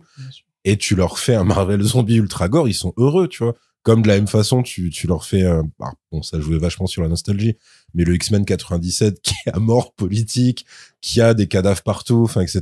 Bah, en fait, ça n'a pas été rejeté par, leur Bah ouais, au public. contraire, c'est sélectionné aux Emmy et tout, tu vois. Ah, c'est ça, tu vois. Donc vraiment, là, c'est vraiment occasion manquée sur occasion manquée. Et toi, tu disais le côté, on vous montre qu'on aurait pu faire ça, mais on va pas y aller. À la toute fin, la toute dernière séquence que tu vois qui introduit le tout dernier générique de fin, avec toujours ce speech du Watcher et tout. Tu t'as loupé l'intro du coup, mais je l'ai fait en VF pour l'intro de ce podcast. Ouais, C'était incroyable. Et c'était, C'était à mon merveilleux. avis, c'était aussi qualitatif que la série. Ah, mais clairement. C'est-à-dire vraiment pas ouf. Jeffrey Wright va te rhabiller. Mais en fait, là, ils te mettent des versions alternatives de pas mal de personnages. Et toutes ces versions auraient été plus intéressantes mais que bien tout sûr. ce que t'as vu dans la saison. Et tu sais, mais pourquoi? Enfin, ou alors, à la limite, ne me le montrez pas. Enfin, tu vois. Mais un Genre, épisode. tu sais, t'as le truc avec le Spider-Man, je sais Ah, plus 6 quoi. bras, ouais. T'as une version alternative de, je sais plus, de Riri Williams qui serait devenu le Punisher. Il y a un truc comme ça. enfin, tu vois, t'as 10 000 trucs où mais mieux, mais oui, moi, tu je vois. préfère ça que Harry Williams contre Quentin Beck. J'en ai rien à foutre. Il était bizarre, cet épisode. En plus, où est-ce qu'il voulait aller avec ça? Oui. Tu vois, d'ailleurs, c'est pas Gillian qui joue non plus. Ouais, tu m'étonnes. Ouais. Mais tu sais, t'as ce visage à un moment aussi avec la Frog et qui est avec le crocodile. Mais mais tu fais un épisode. Tu fais les Mighty Pet Avenger là. Si, il s'appelle comme ça. Oui, les Pet mais c'est vrai, Avenger. tu vois, il y a Un tellement de épisode où tu fais ça. Mais tu le fais med en mode muet, sans dialogue, genre presque documentaire animalier, mais avec des animaux Avengers qui font des trucs, tu sais, presque gone, tu vois, dans l'esprit. Mais là aussi, tu t'amuses un petit peu quitte à détourner tes propres films. Mais oui. Pourquoi tu ferais pas le premier Avengers en 24 minutes avec les Pet Avengers, tu vois? Mais complètement. Si vraiment tu veux que ça colle quand même. Et en il y plus, aura des bêtes de blagues à faire en plus. En plus, tu fais les Pet Avengers, tu ramènes Jeff dedans. Tu vends des produits dérivés, machin, tu fais de la moule à direct. Parce que même le truc de Red Guardian et Winter Soldier. Oh, mais quel enfer ce truc. Du coup, quand t'as ce truc-là et qu'à la fin, ils disent, dans cet univers-là, du coup, il est dans l'Avengers. Donc, en fait, il aurait été dans ce film-là. À la limite, ça m'aurait plus fait marrer. Que tu me fasses, en fait, des scènes clés du premier Avenger. Avec lui qui pop comme un connard et qui pourrit des scènes entières, tu vois, machin.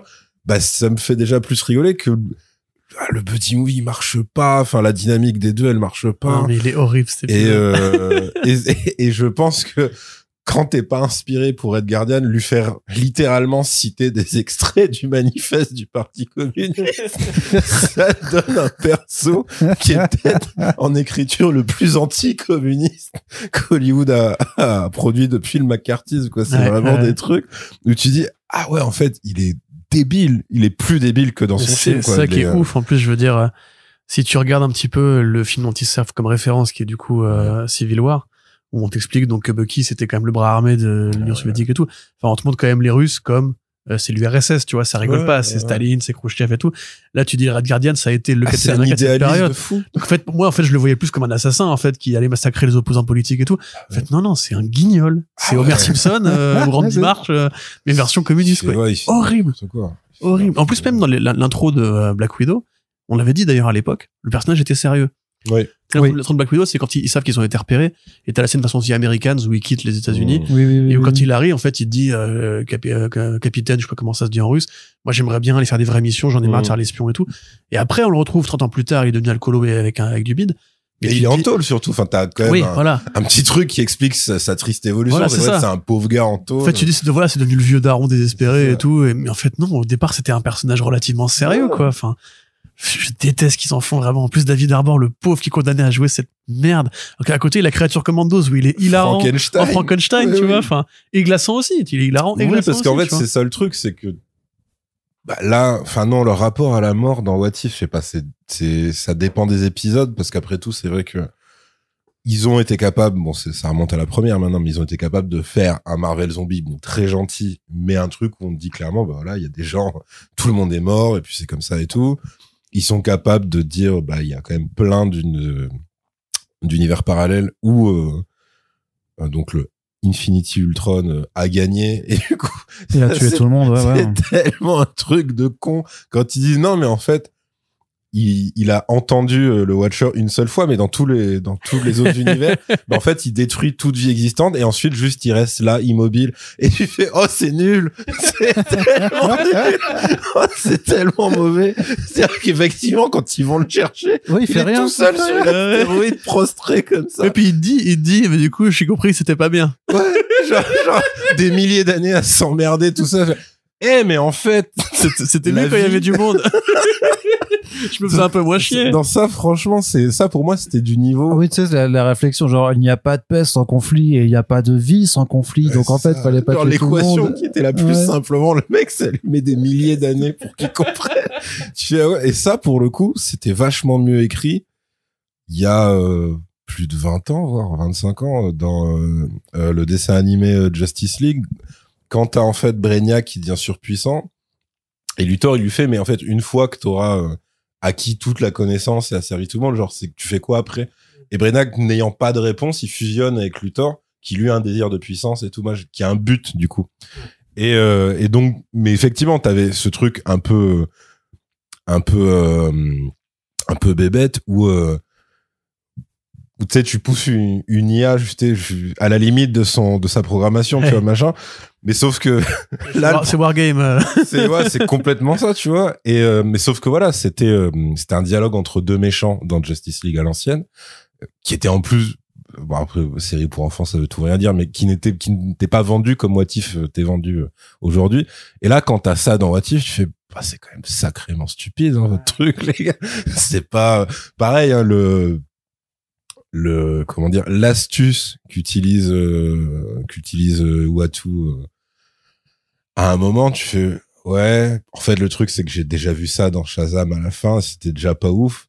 Donc là en plus tu le vois venir à 100 km son truc et tu fais d'accord, donc ah oui, et donc après t'as rebaston Power Rangers, Chevalier du Zodiac, machin, tu fais, waouh, en plus, c'est long, ça se traîne de fou. C'est conclusion en mode genre, mais tu vois, t'as pas compris vraiment le sens de la vie et tout. Ouais, ils le font 2 fois en 2 épisodes, pour Ultron et pour l'Ultra Watcher, on va dire, comment il s'appelle déjà?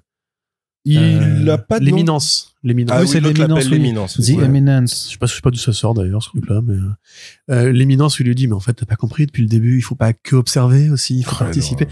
Tu dis, mes frères, vous avez combien de milliards d'années, en fait? Oui, c'est ça. Ouais. Enfin, en vrai, c'est d'une connerie. Mais surtout qu'il y a un truc, en vrai, pour moi, ils font aussi cette fin, dans l'épisode de Catherine Anne, j'allais dire, mais du coup, de Agatha. Ouais, mais ça, c'est rigolo, Kingo, non. Bah non, parce que t'avais le truc de, non, en fait, ce qu'il te faut, c'est un partenaire de jeu et tout. Oh, non. Ouais, j'aime bien. Est-ce que pour la partie spoiler, on va dire, on reprend juste épisode par épisode? Attends, j'ai pas fait mon avis, moi, encore. Oui, on a compris quand même ton avis, je crois. D'accord, ok. T'as aimé? Non, je voulais juste dire un truc par rapport à ce que disait Yerim sur le côté, non, j'ai pas aimé. Sur le côté, non, parce que moi, j'avais un dernier truc, c'était dans cet épisode-là. Justement, il y a un truc où je m'étais dit, ah, ça va être ça la fin de la saison. Et en fait, ça disparaît, c'est-à-dire qu'il y a une apparition à la toute fin, dernière image, de gens qui sont très mécontents et très très puissants, mais qui sont surtout en train d'arriver sur la Terre parce que ils kiffent pas ce qu'a fait Agatha. Et ça revient jamais en fait. C'est trois. Non. Ça s'en va et ça revient pas, tu vois. Voilà. En plus, avec vraiment, justement, ils font dire aux Watchers, parce que vu que tout l'épisode est un côté très méta sur Hollywood et tout, ils vont dire, ouais, en même temps, who doesn't like a good cliffhanger? Et tu fais, ouais, mais en fait, un cliffhanger, c'est censé me donner quelque chose à la fin. Là, tu m'as juste montré un truc qui, oui, potentiellement peut être une. Mais tu sais pas, ça se trouve dans Secret Wars, Agatha, Célestial. Arrête un peu maintenant, arrête avec ça, toi. Ouais. Non, je pense que ça y est, faut renoncer à l'idée qu'il y aura des conséquences. Surtout que Agatha en live action, c'est un fantôme maintenant, donc c'est un fantôme de la force, donc ça peut pas être les deux, ça peut pas être les deux. Un force ghost, pardon.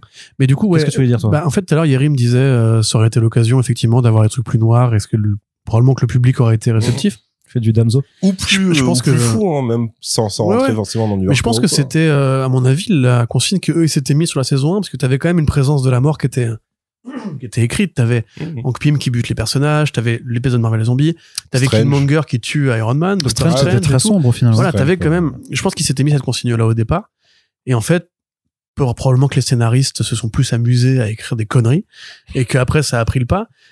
Sur l'épisode 1, d'ailleurs, tu veux qu'on fasse épisode par épisode. Yes. Moi, quand ça a commencé, je me suis dit, ah putain, ils vont faire Futur Imparfait. En fait, quand Banner veut se guérir de ses rayons gamma, en fait, il va faire l'effet inverse et devenir justement le maestro, donc le Hulk tout puissant qui dirige Futur Imparfait. Et je me dis, putain, enfin, ils ont compris que, vu qu'on n'aura jamais, ils ne peuvent pas, en fait, faire de film Hulk, on le sait, à cause des droits avec Universal et tout. Et puis, s'ils l'osaient, déjà, ils galèrent à faire World War Hulk. Oui. Qui aurait été aussi, d'ailleurs, un parfait, tout à fait. Pitch pour un What If. Oui, bah, tu fais un What If quand il débarque sur sa carte, plutôt que de devenir un gladiateur, il prend le contrôle de la planète. C'est ça. Tu vois, enfin, tout simplement. Mais donc, du coup. Et pareil, effectivement, Maestro, ils le feront jamais à l'écran. Et ils te refont la scène de Doctor Strange à la fin de la 2 quand il se sépare entre sa partie positive et négative. Tu dis, mais, enfin, ça marche pas. Bref. Et d'un coup, ok, bon, là, tu rentres dans le truc et tu te dis, ok, bon, c'est Pacific Rim, c'est Evangelion. Ouais. On a plus envie et c'est là encore je trouve que c'est insulter Pacific Rim 2.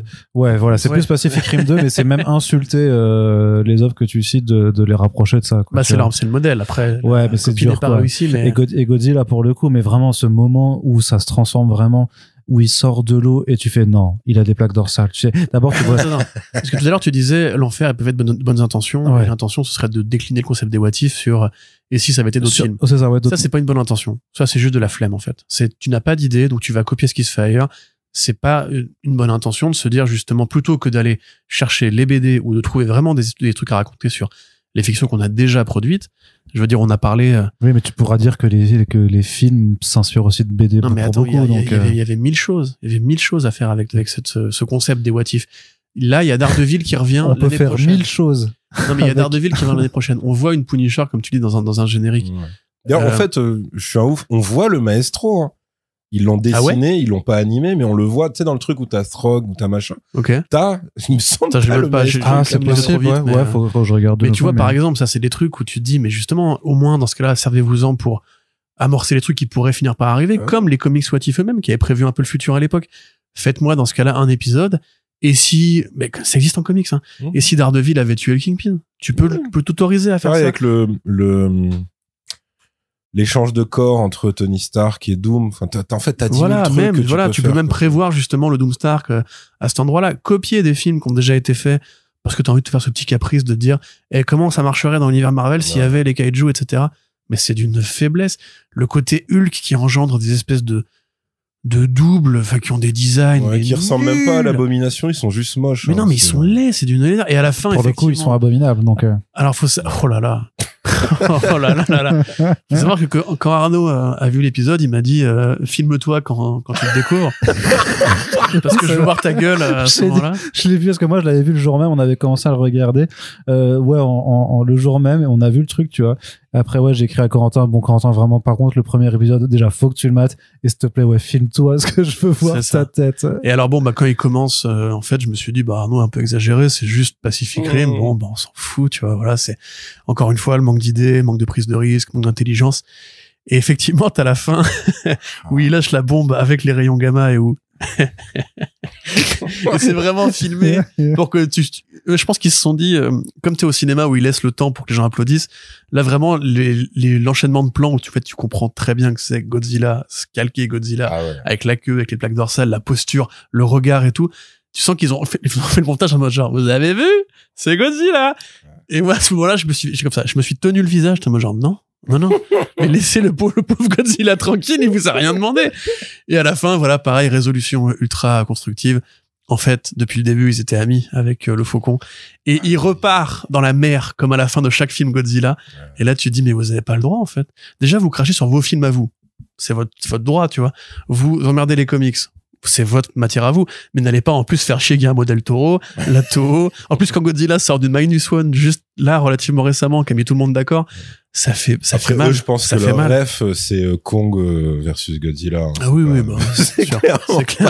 C'est pas la Toho, c'est pas Minus One. Tu vois, à la limite, le Megazord des Avengers, tu dis, oui, voilà, c'est l'idée la plus basique de l'univers, chacun a son design et tout. Tu dis pareil, il place Sam Wilson avant, à la limite, tu vois, ça pareil. Il place Sam Wilson avant qu'il ait son film et il place Red Guardian avant qu'il ait son film et Bucky avant qu'ils aient leur film. Là, je me suis dit, on va partir sur une saison comme ça. Et pareil pour Agatha qui vient d'avoir sa série, tu vois. Les 3 premiers épisodes, c'est ça. Tu dis, ça y est, ils ont enfin compris qu'ils pouvaient au moins faire du placement. Et après, non, ça part sur autre chose et tu dis, ça sert à rien. Moi, j'ai bien aimé l'épisode 2, j'avoue. Parce que, en fait, je pense que le 2, c'est Agatha. Ouais. Il y a aussi une mécanique de t'attends tellement plus rien que finalement, t'es content de voir Catherine Hahn et tu te dis effectivement Kingo il a pas eu droit à... Puis c'était vraiment le personnage le plus insupportable de Eternals avec son domestique Patel là qui était le sidekick du sidekick comique. Ah oui, c'est vrai. Que pareil Howard Stark qui est clairement Howard Hawks. C'est Dominic Cooper pour le coup en plus qui reprend. Ouais, toujours c'est le bon copain lui. Hein. Mais tu vois, moi cet épisode là, alors je sais qu'il t'a énervé pour les chorégraphies. Ah mais j'ai trouvé ça honteux pareil en termes. toi autant. Ah toi c'est le côté comédie musicale. Non mais attends mais c'est pas le côté toi tu vois t'as été horrifié par Godzilla. Alors je suis pas un grand fan de Bollywood mais j'en ai vu quelques-uns et j'apprécie quand même ce côté grandiloquent des chorégraphies avec 12 000 figurants. Et là, le fait qu'il fasse une séquence Bollywood où il chante aussi, tu sais, machin, où en fait, oui, c'est plus facile de faire des chorégraphies quand tu copies-colles juste 1000 fois ton modèle 3D. Mais j'ai trouvé ça vraiment insultant, en fait. Parce que pour le coup, oui, forcément, ils sont tous synchrones, mais parce que c'est littéralement des Le savoir-faire des danseurs, on n'y pense pas assez. Mais non, mais regarde, quand tu sais, RRR. J'aurais préféré que chacun des figurants, en fait, soit animé par un seul mec différent qui, du coup, est pas exactement la même posture. Mais j'aurais préféré qu'ils ne fassent pas ça, parce que c'était pas une bonne idée. Et moi, je trouvais ça un peu. En fait, si tu veux, et l'épisode, il est pas bon. Faut pas se mentir. Ah bah non. Mais en plus, tu sais que moi, j'ai toujours un problème avec Catherine Anne et le surjeu de ce personnage d'Agatha. Mais il y a un truc par rapport, je sais pas, à la colo ou au design qui rend bien, je trouve. Et surtout, le sens, c'est faire la réflexion avec Océane. C'est le premier truc dans l'univers Marvel Studios qui, en fait, est une vraie conséquence de Eternals par rapport à l'émergence, par rapport à la main dans la mer et tout. Jusqu'ici, tout le monde s'en est battu les couilles. Et enfin, entre guillemets, on te dit, mais rappelez-vous que ce truc-là a existé. Depuis le début de la Terre, il y a un truc à l'intérieur qui dort. Malheureusement, ça peut pas être ton critère parce que c'est aussi le point de départ de l'épisode avec Mysterio. Mais ça, c'était après. Ouais, du coup, chronologiquement, il l'a vu 2 épisodes plus tard. Voilà. Donc, Et puis, je sais pas, le côté, il y a les Celestials. En fait, voilà, moi, si c'était que des conneries, en fait, je trouve que c'est un épisode de conneries, tu vois. C'est juste vraiment, regardez, on s'éclate, c'est débile et tout. Pas autant que le War of the Duck. Évidemment. Mais celui-là, tu vois, pour moi, il est moins, enfin, après, j'y connais rien à Bollywood aussi, je pense que ça doit jouer, du coup. Mais s'il est moins, offensant, on va dire. Parce que juste, c'est une micro-poche d'univers dans lequel, grosso modo, on t'explique qu'il y aura jamais les Avengers, etc. Et juste, ça fait de mal à personne, tu vois. Pour moi, c'est moins offensant que justement de retrouver David Harbour qui fait le zouave avec un Bucky beau gosse, qui clairement n'a rien à faire là, tu vois. Enfin, parce que c'est pareil, l'épisode 3, il y a un truc, moi, qui m'énerve, mais qui m'horripile vraiment, qui me sort par les yeux, je me envie de m'arracher les bras et tout, tu vois. Bucky, normalement, c'est un putain de zombie quand il est... Oui, il a pas de moment de lucidité, alors que là, en fait, il attend qu'on lui dise le mot de passe pour qu'il bascule, et bon, ce qui ne marche même plus à la fin, d'ailleurs. Mais dans ce cas-là, ça veut dire que quand il voit Cap dans Winter Soldier et qu'il combat, il a conscience de ce qu'il fait. Mais non, t'as dit le contraire, en fait. Non, en fait, là, c'est complètement inexplicable et inexpliqué. C'est juste qu'il a sa confrontation avec Red Guardian. C'est vrai qu'ils auraient pu lui faire avoir, je sais pas, genre, il prend un coup à la tête ou c'est vraiment une explication à la con. Moi, ils se sont dit, non, on s'en fout. Juste à un moment, ils vont parler de manière complètement normale. Et il va dire, non, mais moi, dès qu'on me dit, on me dit la suite de mots, je bascule en truc. Je fais, bah ouais, mais du coup, là, t'étais en mission. Bah oui. Donc, pourquoi? Et t'avais l'air consentant, entre guillemets, tu vois. Ouais, c'est ça. Enfin, c'est quand même, et surtout qu'ils reprennent le truc des parents Stark. Donc, normalement, oui, il est zombifié, à ce moment-là. Il est pas du tout, Donc, ouais, non, c'est juste étrange. Du coup, ça devient un road trip entre Homer Simpson et Dark Sasuke. Et puis, franchement, mais ça marche tellement. À aucun moment, c'est drôle. À aucun moment, c'est drôle. Ça fait cours de rattrapage pour Laurence Fishburne. Voilà. Oui, c'est vrai. Qui, effectivement, n'a jamais été Goliath. Oui, il y a Giant Man. Si, t'avais dans la saison 2 l'épisode et si les Avengers c'était lancé. Ah non, je veux dire en live action, quoi. Oui, mais ils avaient déjà mis Laurence Fishburne, c'est dans la première version des Avengers, dans la saison 2. Tu sais, t'avais cet épisode où, je sais plus qui c'était, Arnaud, aide-moi. J'avoue que je me rappelle plus du tout. De quoi? Dans la saison 2 de What If, t'avais une première version des Avengers où il y avait Laurence Fishburne qui jouait déjà Giant Man. C'est possible, ouais. Merci. Ouais, il y avait peut-être ça, ouais. Bah, c'est super. Après, il faudrait que je me souvienne de la saison 2 de What If. Je me souviens un peu qui c'était les autres, par contre. Bref, peu importe. Mais bon, bah oui, là, t'as ça. Je me suis dit que peut-être que la shérif qui l'accompagne, c'est censé être quelqu'un, mais j'ai pas retenu son blason. Alors là, mon gars. Je sais qu'elle s'appelle Morales, mais c'est tout, quoi. Donc après. Peut-être que c'est la mère de Miles Morales. Ouais, voilà. On sait pas, hein, non, parce qu'après, c'est vrai que, oui, dans les name dropping qui servent à rien, c'est aussi les champions. Parce que t'as John Walker qui passe dans un coin à un moment. Ouais, bah, il est dans le western. C'est ça, tu vois. Une sorte de shérif. Je sais plus, enfin, je dis bon, oui, ok, pourquoi pas, tu vois, mais c'est vraiment pas ouf. Et puis, c'est à la fin de cet épisode-là. Enfin, non, c'est à la fin de celui sur Agatha et Kingo, où t'as, le cliffhanger. Le truc avec les Celestials et tout. Et tu fais, ok, donc vous allez rien en faire de ça. Bah non. Et les mecs l'assument, quoi. Bah qu'est-ce que tu veux qu'ils en fassent? D'ailleurs, c'est pareil, l'évolution, je sais même pas si on peut parler d'évolution parce que c'était pas un personnage initialement, mais le Watcher principal, on va dire, Watu, lui, en fait, d'où à un moment ça devient un gars qui une fois tous les 1000 univers, il décide de sauver quelqu'un. Tu sais pas vraiment pourquoi, mais à un moment, c'est son délire. En plus, l'expérience serait plutôt tendance à lui donner tort parce que je veux dire, il a littéralement, c'est à cause de lui s'il y avait Ultron. Enfin, tu vois, si Ultron s'est réveillé en Ultron Prime, c'est parce qu'il était là à faire le veuf, tu vois. Donc, à la limite, en fait, justement, ne te mêle pas des choses, parce que t'as failli bousiller le multivers une fois, tu vois. Enfin. Oui, c'est vrai qu'il aurait pu se dire ça aussi, ouais.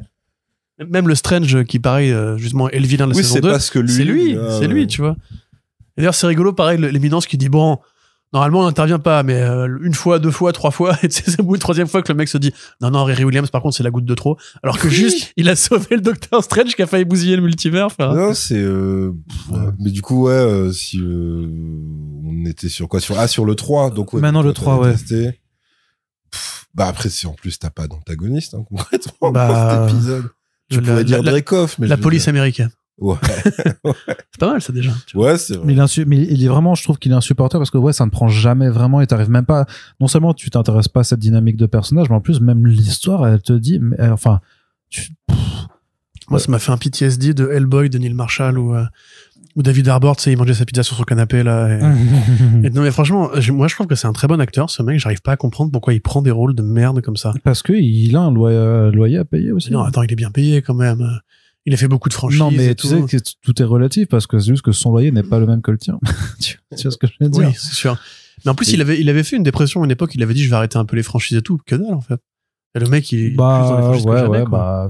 Peut-être qu'il faut payer le thérapeute de sa dépression. Mais en plus, effectivement, le fait que ce soit... Ah non, c'était pas en même temps, mais c'est très très rapproché avec la diffusion des épisodes de Créature Commando. Et... Bah si, c'est en même temps. Et là, depuis l'épisode 1, non. Ouais, c'est concomitant. Non, c'est que Frankenstein est au générique, mais il apparaît un peu plus tard. Il apparaît pas à la fin de là, quand il est sur le yacht et avec toutes les gonzesses et il reçoit un coup de téléphone. C'est pas à la fin de l'épisode 1, ça? Quoi? De Créature. Frankenstein, Créature Commando. Ah ouais? Dès le premier? Je crois. Hein. Non? Oui, le 2? Je sais plus. Enfin bref. Ce sera pour un autre épisode. Parce que pour moi, c'était le flashback de la fiancée qui le ramenait, quoi. Mais c'était pas avant. Non, en fait, il est sur un yacht où il y a un peu en mode parce rappeur. Que quelqu'un lui dit, parce qu'il y a la vieille dame qui dit, il y a quelqu'un qui vient de s'introduire dans la maison de Victor. Ouais, du coup, c'est le 2, celui-là. Ouais. Mais bref, ce sera pour un autre podcast, ça. Ouais, mais en gros, c'est-à-dire que c'est un truc qui te prouve que tu pourrais avoir un personnage qui a des côtés un peu bouffons, mais qui, à côté, en fait, peut être, sérieux, impressionnant, voire flippant et tout, ultra violent, tout ce que tu veux. Alors que pour le coup, le Frankenstein de Créature Commando a des côtés ouvertement débiles, tu vois aussi. Mais là, là, Red Guardian, c'est juste le comic relief d'un mec qui parle pas, donc de Winter Soldier, et puis c'est la caricature du personnage russe dans les productions américaines. Ouais, qui en plus est idéaliste de fou malade. C'est-à-dire, il met tout l'épisode à se rendre compte qu'en fait, il bosse pour des ordures. Enfin, ouais. Alors que, pour le coup, Winter Soldier est complètement résigné. Il fait, non, c'est évidemment, en fait, de base, moi, je suis un tueur à gages, et puis, c'est tout, tu vois, machin. Je me suis demandé, est-ce qu'il est nommé ou pas, le perso, le mec est censé être leur contact US. Ils vont dans un hôtel à Vegas. Ouais. Et là, t'as un gars. Et je me suis dit, est-ce qu'il est nommé ou même pas? Là, toi, tu les as vus plus récemment que nous, je pense. Ah ouais. Parce que je me souviens pas qu'ils avaient un contact aux États-Unis. Ouais, t'as une sorte de mec, t'es vraiment genre riche, qu'un riz décadent, mais qui en fait a vendu les infos sur les Stark juste par intérêt, pas du tout parce qu'il, tu vois. Et je me suis dit, vu qu'il est crâne rasé et une petite beubare, mais mais c'est Obadiah, non? Ouais, je me suis dit, mais ça devrait être lui, mais je crois qu'il est même pas nommé. C'était le pote de son père. Bah après, au design, tu reconnais un peu Jeff Bridges dans Iron Man 1, je trouve. Mais oui, effectivement, oui, c'est vrai que c'était bizarre, ça aussi. De l'avoir ramené sans même justement insister plus que ça sur l'idée que c'est lui qui a fait tuer les parents Stark. Bah, oui. Parce qu'on le savait pas dans le C'est bien lui, Obadiah Stane. Il est crédité, ok. On le savait pas jusqu'ici que c'était lui qui avait vraiment. Ah non, pas du tout. Même dans Iron Man 1, il en parle pas, je crois. Non, pas du tout. Donc non, ça aurait été. C'est l'ordure jusqu'au bout quand même. Le mec il fait tuer le père puis le fils. C'est vrai, oui. Oui, je t'ai envoyé dans une cave en Afghanistan. T'as ça, puis pareil. Même en termes de construction d'épisodes, vraiment juste en termes de narration pure et dure. Quand il t'amène la conclusion, donc tu dis d'accord. Donc l'autre, il a réussi à s'insérer dans la société américaine et tout. C'est plus ou moins devenu Ron Swanson quand il entraîne des gamins, quoi. Ou Andy Dwyer. Ouais. Il se fait remonter par Goliath Et donc, il finit par intégrer les Avengers et tout. Alors, donc, lui serait un homme qui ne vieillit pas, apparemment, parce que l'excuse de Cap, c'est quand même qu'il était congelé. Lui, on sait pas vraiment c'est quoi. Pourquoi, non, mais il y a tout ça, c'est dans les comics, il y a toujours un côté un peu le sérum de super soldat, tu vieillis au ralenti. Mais on sait pas quel sérum lui il a eu, parce qu'il a quand même normalement, pareil, tu grossis pas quand t'es super soldat. Et tu vois, bon, enfin bref. Disons que là, donc tu dis, ok, donc lui, il a son chemin tout tracé, d'accord, c'est sa conclusion, très bien. Mais Winter Soldier, pas du tout. Enfin, c'est-à-dire, lui, il se refait laver le cerveau.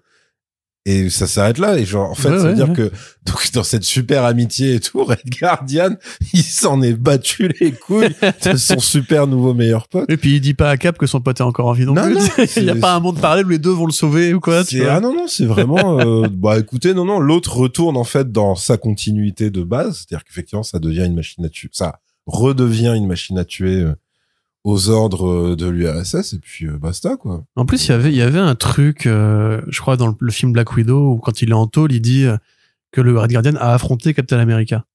Ouais, alors, mais c'est sous-entendu qu'en fait, il ment de ouf. Ouais, mais ça aurait été intéressant de faire un what if par rapport à ça, tu vois, où, par exemple, ça aurait été un héros glorieux, le vrai, en fait, héros patriote russe et sérieux, où justement, c'est le vrai ennemi de Cap et tout, parce que en comics, il y a eu une période où Captain America combattait effectivement les communistes, après la Seconde Guerre mondiale. Bon, ça va pas très bien assumé par Marvel ensuite, mais ça aurait été plus intéressant pour le coup que juste de dire en fait dans toutes les réalités ce mec c'est un guignol. Il y a pas non mais il y a pas une version du multivers où le mec c'est vraiment un héros, un vrai Cap version russe. Non, c'est toujours le mec stupide. C'est vrai, quand il éclabousse Bucky avec son ketchup quand même, moi j'étais en mode mais attends, viens on passe au suivant quoi. Ouais. Je pouvais plus du tout. Mais même quand il le libère entre guillemets, parce qu'il y a ce truc de je libère l'esprit des gens, enfin des esclaves du capitalisme et tout. Sa technique, c'est juste de dire à Bucky, ferme les yeux. Qu'est-ce que tu vois? C'est nul. Genre, moi, je pensais qu'il partait en hypnose ou un truc. Non, c'est juste, je vois Coney Island. Eh ben, ça veut dire que t'es le glorieux héros de Coney. Genre, je fais, mais j'avais oublié. Il a vu un panneau publicitaire dans sa tête et ça y est, c'est la fête. Tu fais, c'est quoi ce truc? Ouais. Là c'était assez dur quand même. Épicote celui-ci. Arnaud, épisode 4. L'épisode 4, le meilleur pour le coup, de façon involontaire. Donc c'est le fameux épisode de la nativité avec Howard et Darcy, et donc potentiellement le mieux parce que on va tout de suite dans une idée absolument un peu absurde quand même avec ça file un truc à faire à Howard the Duck déjà, ce qui est la première fois de toute l'histoire dans le studio c'est ça. Puis il y a ce côté, c'est marrant de dire effectivement un canard et une humaine qui ont un enfant ensemble. Alors on passe sur toutes les questions de conception, d'à savoir de l'acte en lui-même et puis de comment l'œuf est sorti après. Ça c'est c'est une vraie question que je me posais. Ça, c'est des vrais trucs. Il y a un truc de comics et de films malheureusement. Au fait, Howard et un mec qui c'est un gros baiser, qui se tape toutes les espèces qui croisent. Il en a rien à faire. Mais dans le film justement, t'as cette scène avec la meuf qui jouait Lauren McFly dans. Mais oui, ça voilà. Et en fait, ils ont une scène au plumard et à l'époque, ça avait fait criser beaucoup de gens. Ah ouais. Ce film, en fait, il est considéré comme l'un des pires films de l'histoire, etc. Ce qui est largement exagéré par les communautés cinéphiles débiles. Mais surtout que depuis parce que cette scène, justement, parce que cette scène, justement, tout le monde est en mode genre, mais attends, c'est un film où il y a un canard qui se tape une humaine. Donc, attendez, c'est de la zoophilie, c'est quoi votre délire? Mais oui, en fait, de base, lui, il est comment dire caractérisé comme ça, c'est-à-dire que il vient d'une terre où c'est des humains entre guillemets les canards quoi. Alors déjà il y a ça, et puis en plus il lit tu sais en fait au lieu de lire Playboy il lit Playduck, tu vois. Il a vraiment plein de phases de BD complètement teubées comme ça, donc je me dis c'est un peu marrant qu'ils reprennent ce côté quoi. Après le manque de respect pour Kat Dennings quand même, qui est une très belle femme pour le coup, car on la fout avec le canard de l'univers quand même, ça m'a un peu blessé. Ouais, mais après l'épisode est marrant parce que c'est vraiment le gimmick de tout le monde veut s'emparer de l'œuf. Tu le disais après le Royal Rumble de plein de vilains et tout ça. Là aussi très généreux sur le casting vocal parce qu'il y en a vraiment plein qui reviennent. Ça brasse quasiment tout l'univers, tu vois. Enfin, t'as Thanos, t'as Dormammu, t'as Sakaar, ouais, c'est vrai que t'as trop de trucs. C'est vraiment... un peu l'épisode What If. Enfin, de toute façon, c'est la série What If. Quoi. Ouais. Donc pour moi, c'était quand même celui qui était le plus sympathique, sauf avec là. Tu vois la naissance et le personnage, tu dis ok c'est cool, vous avez créé un nouveau personnage, mais effectivement tu dis c'est pour cet épisode là et tu t'attends pas forcément à ce qu'il y ait le renvoi 2 épisodes plus tard. Tu t'attends pas à ce qu'elle s'appelle Birdie. Bah, Birdie the Duck de son nom complet. Bah, du coup, Birdie the Duck, ouais, c'est vrai. Alors que Howard, il s'appelle Howard, tu vois. Bah, Il s'appelle pas Ducky the Duck, tu vois. Enfin. Ducky the Duck. Non, mais par contre, c'est vrai que dans cet épisode, moi, vraiment, ce qui m'a fait hurler de rire, c'est quand ils arrivent sur Jotunheim et qu'en fait, tu comprends que déjà dans cet univers-là, en fait, Loki et Thor, déjà, ils sont potes, qu'on avait déjà vu avant. Et en fait, Loki est beaucoup plus sain d'esprit.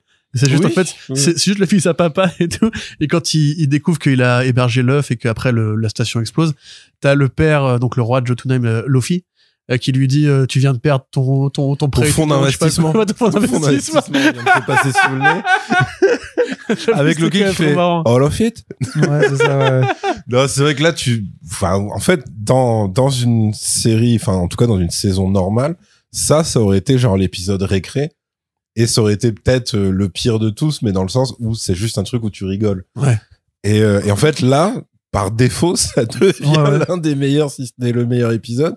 Parce que les autres, c'est juste du néant qui n'apporte rien. Mais effectivement, non, celui-là est super drôle, quoi. Vraiment, et puis vraiment le côté festival de caméos de méchants. Ouais, c'est ça. Qui en plus, c'est vrai que avoir Josh Brolin, déjà juste avoir je sais plus comment on appelle les serviteurs de Thanos là. La Black Legion. Voilà. Quand ils arrivent et que c'est vraiment le même plan. Que dans Avengers. Sauf que ils disent non, nous en fait on vient en tant que touristes pour le complexe hôtelier, les sports d'hiver. On vient en vacances. Et tu fais quoi. Et après ils se mettent à la course à l'œuf comme tous les autres et ils font venir Thanos et t'as Thanos genre qui est en mode mais c'est pas les pierres de l'infini, genre vous m'avez fait venir pour un œuf, c'est ultra bizarre votre délire et tout. Donc non franchement ça c'est c'était gaulerie. Après, c'est le Black Order, excusez-moi. Ouais, le Black Order, pas la Dark Legion. Black Legion, c'est encore autre chose. Alors après, on a donc le fameux si l'émergence avait, où on reprend base sur. Mais tu vois que Eternals a beaucoup servi de base là-dessus. Tu vois qu'ils ont quand même repris pas mal de choses qui sont sorties. Oui. En fait, dans la dernière phase. Il y a toujours ce décalage temporel que, vu le temps que prend l'animation, même si je pense que ça a dû aller un peu plus vite cette fois-ci, qui fait que, mais comme la saison 2, justement, qui avait récupéré l'épisode avec Shang-Chi, et quelques autres petits concepts qui étaient intervenus entre temps, et à l'époque on s'était dit pareil, pourquoi il n'y a pas des personnages et tout. Ah oui, ils avaient pas fait genre et si Shang-Chi avait été celui de la 2, c'est et si, alors c'est particulièrement farfelu, c'était et si et là en fait trouver le bonheur et l'amour avec le mandarin. Okay. Ah, voilà. Oui. Et elle apprenait à maîtriser le kung-fu, etc. Et tu te dis, mais qu'est-ce que c'est que ça? Et en fait, comme le mandarin était en deuil de sa femme, du coup, bah, lui, il devient content parce qu'il a une nouvelle gonzesse, voilà. Oui. Et elle, bah, pareil. Et donc là, l'émergence a détruit la Terre. Et c'est on fait revenir Quentin Beck, enfin Mysterio. Même si pourquoi en fait ça? Même si c'est pas Jake Gyllenhaal, genre il avait pas le profil d'être un dictateur que. Ah non, c'est vrai que pourquoi le choix de Mysterio? Parce que c'est le maître des illusions, donc il peut imposer une illusion factice à tout le monde et. Mais du coup, ça sert à quoi dans ce contexte-là? Bah j'en sais rien, moi je suis pas scénariste. Parce que la Terre, elle a vraiment pété, non? Je me souviens plus de l'épisode. Oui, en fait, elle est en fragments horribles.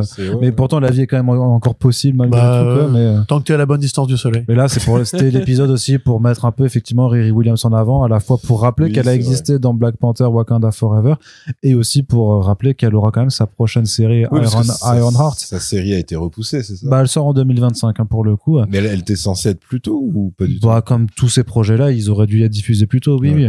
Ça avait été annoncé en 2021 de mémoire Ironheart directement. Oui voilà. Donc on est d'accord, ça a été repoussé. Pas juste à cause de la grève, ça a été repoussé parce qu'ils ont galéré. Non mais honnêtement, s'ils avaient pu l'annuler, ils l'auraient annulé. Parce que grève, parce que fin du modèle économique espéré, ce genre de choses-là. Il y a vraiment tout un tas de facteurs qui expliquent pourquoi. Mais donc là, on la remet, mais voilà, avec le design éclaté du truc. Et puis en plus, avec, tu sais, cette façon qu'ils ont cette façon qu'ils ont de vouloir te faire croire qu'elle va vraiment céder, vraiment mourir. Et avec ce coup du Watcher le Watcher te dit dès le départ, elle ne le sait pas encore, mais tu vas l'aider, mon gars. Ouais. C'est depuis le départ, ça va. Il aurait crevé trop de fois et tout. C'est ça, et ça aurait pu être le seul épisode un peu dark au final de la saison. Ouais. Et pour revenir à des choses qui étaient vachement plus sombres dans la première saison aussi, alors que là, ils ont. Non. Après, moi, j'aurais trouvé ça absolument lamentable que leur épisode Dark soit un truc où c'est Mysterio qui gagne à la fin avec des hologrammes nuls. Surtout que t'as vraiment ce truc à chier de real fake. Ouais, Oh là là, en ça, fait, c'est tu n'as trop jamais quitté le nul. champ de bataille. Oh là là. Ah, non, mais ça. C'est vraiment le truc. C'est bon, ça a déjà été parodié, je crois, peut-être dans la première ou peut-être seconde saison de Rick et Morty, c'est que les extraterrestres qui font que des simulations en hologramme. Et qui disent, eh bien non, Rick, tu étais dans une simulation, d'une simulation. Tu sais, t'es là, tu fais. Et ça, c'était marrant. Là, ouais, parce que c'est parodique. Mais là, en fait, ils te le font full premier degré. Tu fais, bah non, ça Bah, tu sais, ça marche dans pas, Rick et en fait. Morty, t'as aussi un épisode sur les parodies de Die Hard et ça les a pas empêchés de faire une parodie de Die Hard, hein, Ouais, c'est vrai. qui était d'ailleurs. qui était- Ouais, Mais moi, cet épisode, je trouve qu'il est merdique. Pour changer. Parce que non, mais en fait, il sert à rien. C'est-à-dire qu'on s'en fout. Pour changer aussi. On s'en fout de Riri Williams, on s'en fout de Mephisto, ça concentrait pas vraiment les Mysterio. concepts. Mysterio, pardon. Mais Mephisto, ça Voilà, aurait été en plus. logique, effectivement. Et ça, le truc, c'est que franchement, ça fait 4 ans que tous y avait des les rumeurs sur, débiles disent ouais. ouais, il y a Mephisto. Ils Dans ont quoi, même- dans What If? Non, dans le MCU en ouais. général. Parce que combien de Il y a fois eu c'est ça pour Noé, mais pas pour d'autres. Mais si, pour WandaVision, pour putain, WandaVision. comment ils ont cassé les couilles avec Et WandaVision. même pour Doctor Strange, je crois qu'il y avait eu Oui, cette théorie. oui, pour Doctor Strange. Ah oui, aussi. d'accord. En fait, dès qu'il y a un truc mystique, Non, mais putain, il y a dès- Mephisto. Dès qu'il y a Wanda de près ou de loin, c'était revenu pour Agatha aussi. Ils disaient, ah, peut-être que c'est. En plus, Mephisto est name droppé, donc là, Oui. je pense que c'était Ouais. plus la Mais scénariste. vraiment name droppé pour le coup. Oui, non, mais je pense que c'était Jack Schaffer qui avait dit, c'est bon, les nerds, je vous ai entendu, tu vois. Mais là, ils auraient pu faire un truc. Et what if Mephisto avait été vraiment là, Mais tu oui, vois, mais en bien faire une sûr. vraie blague. Ah, oui. Même attends, si tu veux mettre Riri Williams, tu fais What if Stark était pas mort et en fait avait continué et là il tombe sur une héritière et elle fait la Armor Wars et tout. Enfin, la série Armor Wars a priori elle aura pas lieu. C'est un film. Tu rentabilises ce putain de concept. C'est et un voilà, film enfin. maintenant, Armor Wars aussi. tu sais, Ah, donc, ça n'arrivera pas. Ça n'arrivera pas. Ensuite, Mais tu vois, enfin, je veux dire, il y a tellement de trucs. Franchement, qui s'en souvenait même que Riri Williams était dans ce putain de Black Panther. En plus, dans Black Panther. plein de gens qui sont pas racistes et sexistes comme toi, quoi, tu vois. Mais quel rapport avec Eternals? Enfin, c'est complètement merdique. Bah Enfin, après, on voilà. mélange des trucs, quoi. Voilà. Bah, de toute façon, mais tous ça- ces sidekicks, c'est à part Wong qui est un peu devenu malgré lui une petite mascotte et tout, mais c'est quand même que des rebuts de films dont les gens ne se rappellent pas C'est vrai. spécialement. Parce que moi, j'ai grave mis du temps à me dire, ah, mais en fait, pour eux, c'est Michel Yeo, en fait, qui est là.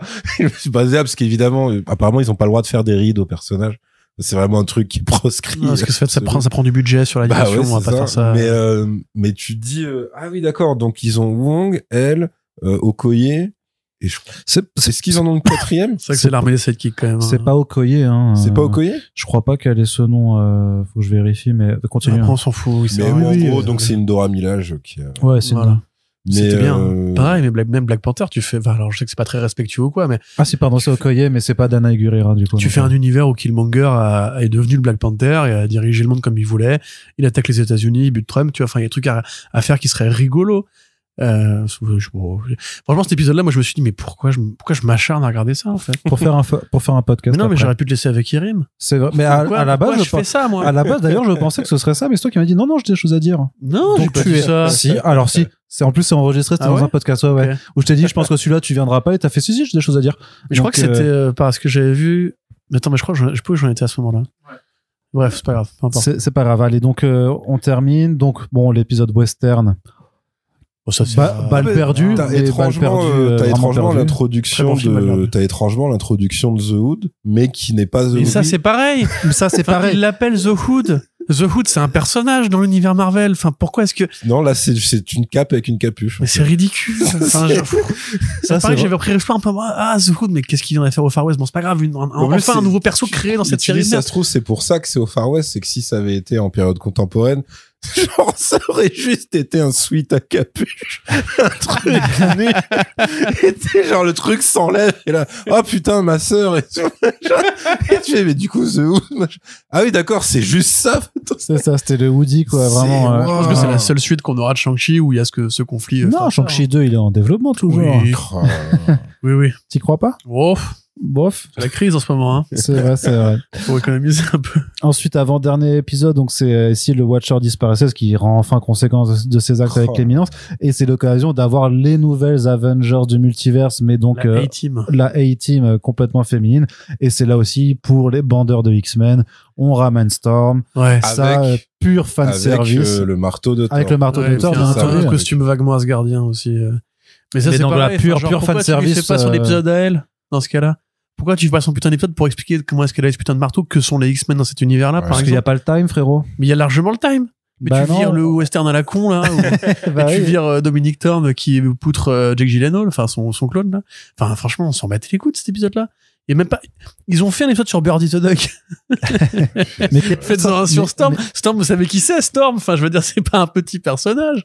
Si vous l'introduisez, au moins faites-lui un épisode pour elle. Après, je pense que justement, là, ils voulaient vraiment. C'est la seule de l'équipe qui passe son épisode. Hein. Oui, C'est la seule de l'équipe. Alors, je suis d'accord, mais en même temps, bah, c'est une femme noire et bon, voilà, quoi. C'est c'est bon, vrai. la dictature des minorités, ça va bien Mais de Kaori, secondes. c'est une femme, Hein comment on dit, native américaine. Ouais.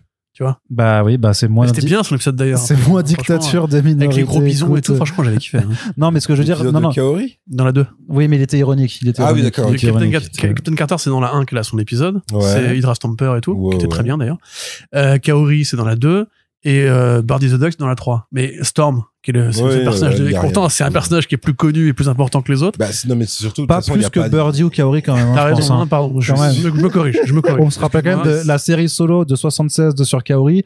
Gros banger quand même. Hein. Williamson C'est et vrai tout, c'était que- incroyable. Surtout que t'as même pas de suivi parce que donc là on te dit c'est l'évolution du groupe formé à la fin de la saison 1. Bah c'est les gardiens ouais, du plus ou, multivers. oui, plus ou moins. Après quoi. même ça se voit parce qu'à un moment t'as Captain Carter qui regarde des anciennes photos et tu fais mais est-ce que vous voulez sous-entendre que tous les autres sont décédés Non, c'est juste que et que du coup Non, t'as ils été sont- recruté d'autres bah, meufs, oui, c'est ça. intéressant, c'est C'est une tout. façon de dire. Elles ont un passif, elles ont un background, tu vois. C'est vraiment. Mais c'est vrai que dans la 1, les Avengers du multivers, mais il tu- y avait pas un Thor, il y avait d'autres personnes. Je sais en plus. fait, moi. déjà il me semble que t'avais une Black Widow mais ensuite qui rejoignait un autre univers, enfin c'était un peu le bordel. Je vais Et vérifier. après, à la fin de la 2, ils se réunissent. Et il me semble qu'à la fin de la 2, ouais, t'en as d'autres. T'as d'autres membres de ce groupe-là. Mais là, le coup de Storm de pas lui avoir donné son épisode, parce que vraiment, il voulait juste vraiment faire leur effet. Regardez, on dirait qu'il y a Thor qui arrive. Et en fait, non. Ouais, bien sûr. Ils l'ont mis dans le Storm. trailer. Et non. Ah oui, Ils c'est vrai, l'ont mis dans le oui, c'est vrai trailer. qu'il l'avait mis. Oui, C'est oui. même pas une surprise. Enfin, Bah, je veux pour dire, ceux qui n'ont pas regardé les trailers comme moi, tu vois, qui disaient ah oui, tiens, c'est vrai qu'il y a Storm dedans. Bah, les mecs, ils ont fait un événement pour ça à la D23. Et ouais, regardez, il y a Storm dans le truc, on a enfin ramène les X-Men et tout. Frère, attends, mais t'es con, quoi.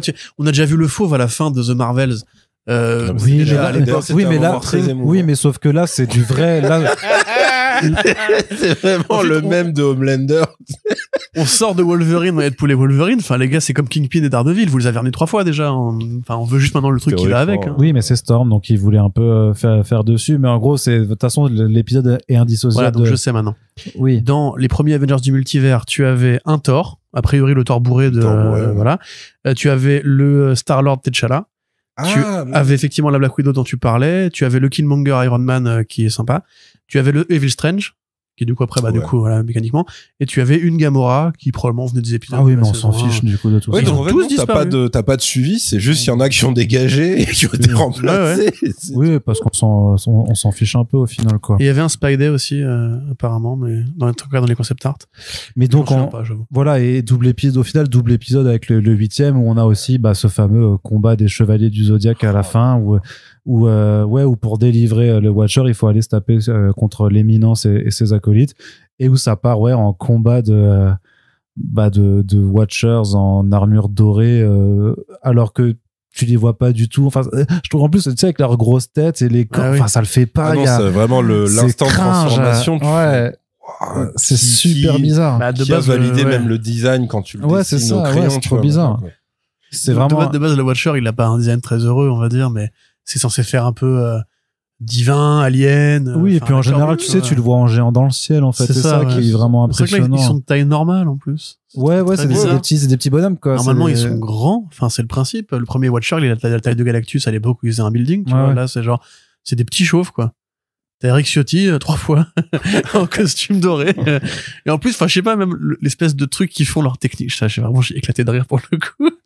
Quand tu sais, les trois, ils commencent à faire un tourbillon pour annuler la réalité. Ah oui, alors là déjà j'ai eu Mais peur. qu'est-ce que c'est que ça?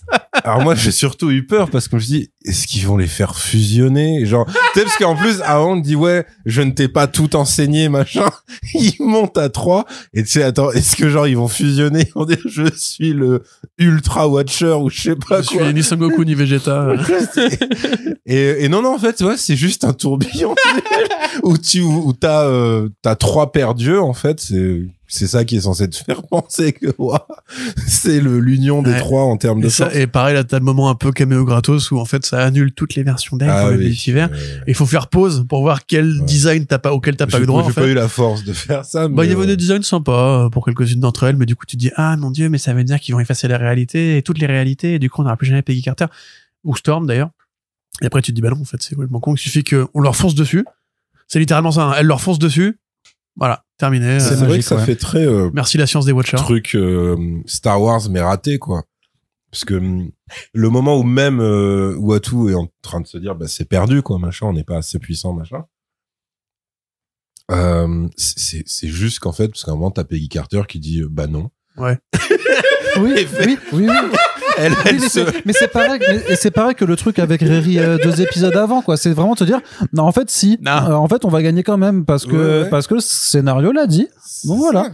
Et t'as rien de logique qui dit mais pourquoi t'as pas gagné en puissance, clairement t'es à terre depuis le début, enfin t'as jamais eu moi à ce moment-là je croyais que à la limite ils font un truc comme Yu-Gi-Oh c'est la carte de tous mes amis et elle invoque un peu ça, Star Wars pour la puissance du bon sentiment, mais même pas ça, c'est juste moi je me suis dit tu as le Ultron Prime qui va débarquer d'un portail derrière lui et le planter tu vois. Ah oui, mais non, parce qu'il l'a vraiment détruit. Oui, non, mais ils te disent qu'il y en a 1 milliard dans chaque réalité, qu'il y a. C'est vrai que ça, c'est Ultron aussi. Prime n'était pas un Ultron Prime, c'était un Ultron comme les autres. C'est pour ça que c'est juste un Infinity Ultron. C'est ça, voilà. C'est vrai que ça aurait été vachement marrant qui est juste quelqu'un qui est 2 neurones dans cette équipe et qui disent, mais en fait, parce que Infinity Ultron est quand même ultra puissant. Il avait battu le Watcher, ouais.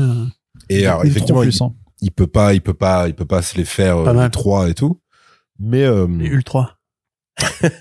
On va s'arrêter là. Mais c'est quand même un bon cheat code quoi tu vois, et tu dis mais pourquoi vous en ramenez pas 10 en fait des Ultrons comme ça, parce qu'en fait tout ce que vous avez à faire pour checker c'est t'ouvres un portail, il te fait t'es gentil ou méchant, allez.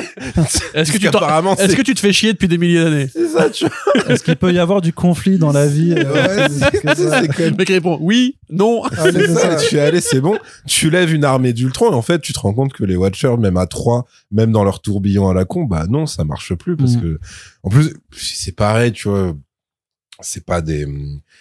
Enfin, c'est un personnage d'observateur extérieur, donc dans les comics c'est pas lui à qui tu vas t'attacher et tout, mais même tu sais quand il commence à vraiment se faire savater la gueule, tu fais c'est pareil, c'est pas ultra respectueux de ce qui est censé être la stature d'un personnage comme ça.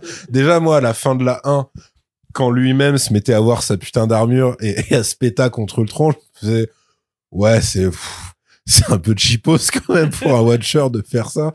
Alors que justement, dans les comics, ce qui est super marrant, c'est que son côté pseudo-neutre, etc., fait que lui, ses interlocuteurs préférés sur Terre, il s'en bat les couilles qu'il soit gentil ou méchant. Par exemple, il peut avoir des très longs entretiens avec Apocalypse juste parce qu'Apocalypse est suffisamment vieux pour qu'ils aient plein de refs en commun, etc., tu vois. Et en fait, là, ils en ont fait un super-héros inintéressant parce que on en parlait tout à l'heure, mais genre tous les dialogues qui justifient son évolution, c'est quand même que des trucs d'enfants. Enfin, finalement, pareil, au bout de milliers d'années, je me suis dit, quand même, on peut intervenir. C'est un peu chiant de juste regarder. Ouais, c'est ça, tu vois. On pourrait genre faire un truc, tu vois, les pauvres ils crèvent et tout, merde, je me sens pas bien. À la limite, moi, ça m'aurait fait marrer d'avoir un What If où c'est What If et le Watcher c'est un casse-sauce de ouf. Il fait que planter des trucs que de la merde et tout. T'es genre on se fait pas mal chier sur cette terre et genre tu sais il dérègle des trucs et tu sais avec les 3 autres ils font mais qu'est-ce qu'il fait alors que là c'est très normal, c'est il fait quoi globalement, oui il en a marre de voir Riri Williams mourir donc il la sauve et à un moment il a pitié du gamin. D'ailleurs, est-ce que ce mec existe dans les comics? Je sais pas, j'ai pas vérifié, j'avais pas la force, mais le gamin fan de Shang-Chi.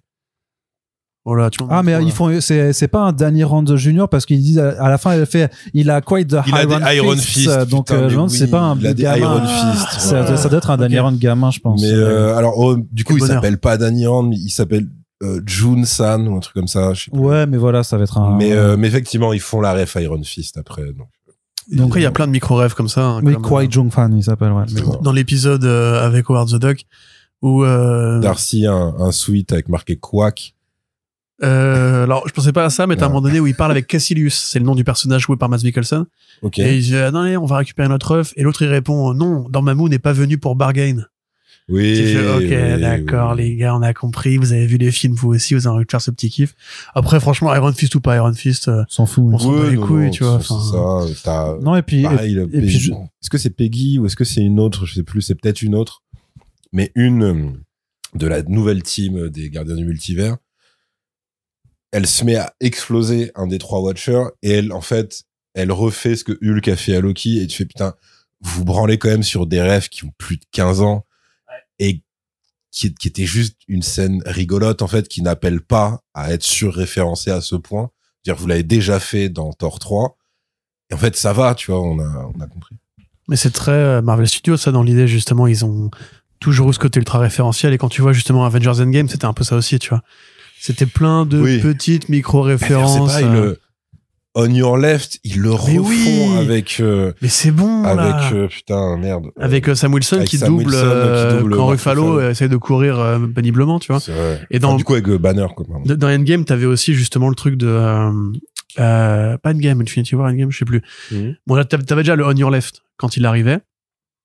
Ah, c'est Endgame. Voilà. Cap On Your Left. Et je pensais à une autre rêve que j'ai oublié. Oui, le I Can Do This All Day de Cap, qui est une réplique qu'il avait mis dans comment ça s'appelle dans le premier Captain America.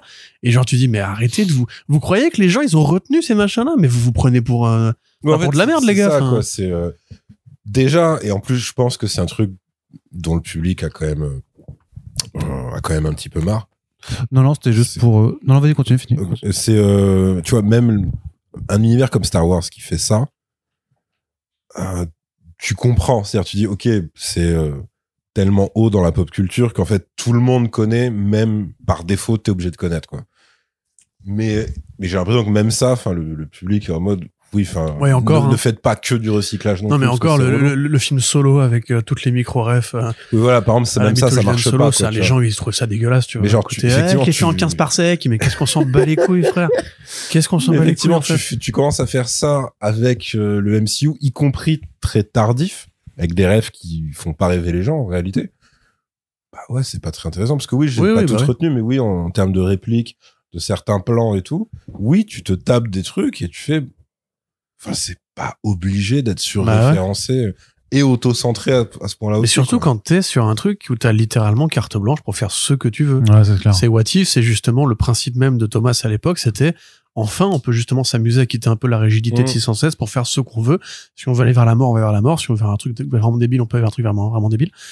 Là, tu vois, c'est pareil. Genre, à la fin, le vilain Watcher, il veut retenter un peu un petit coup.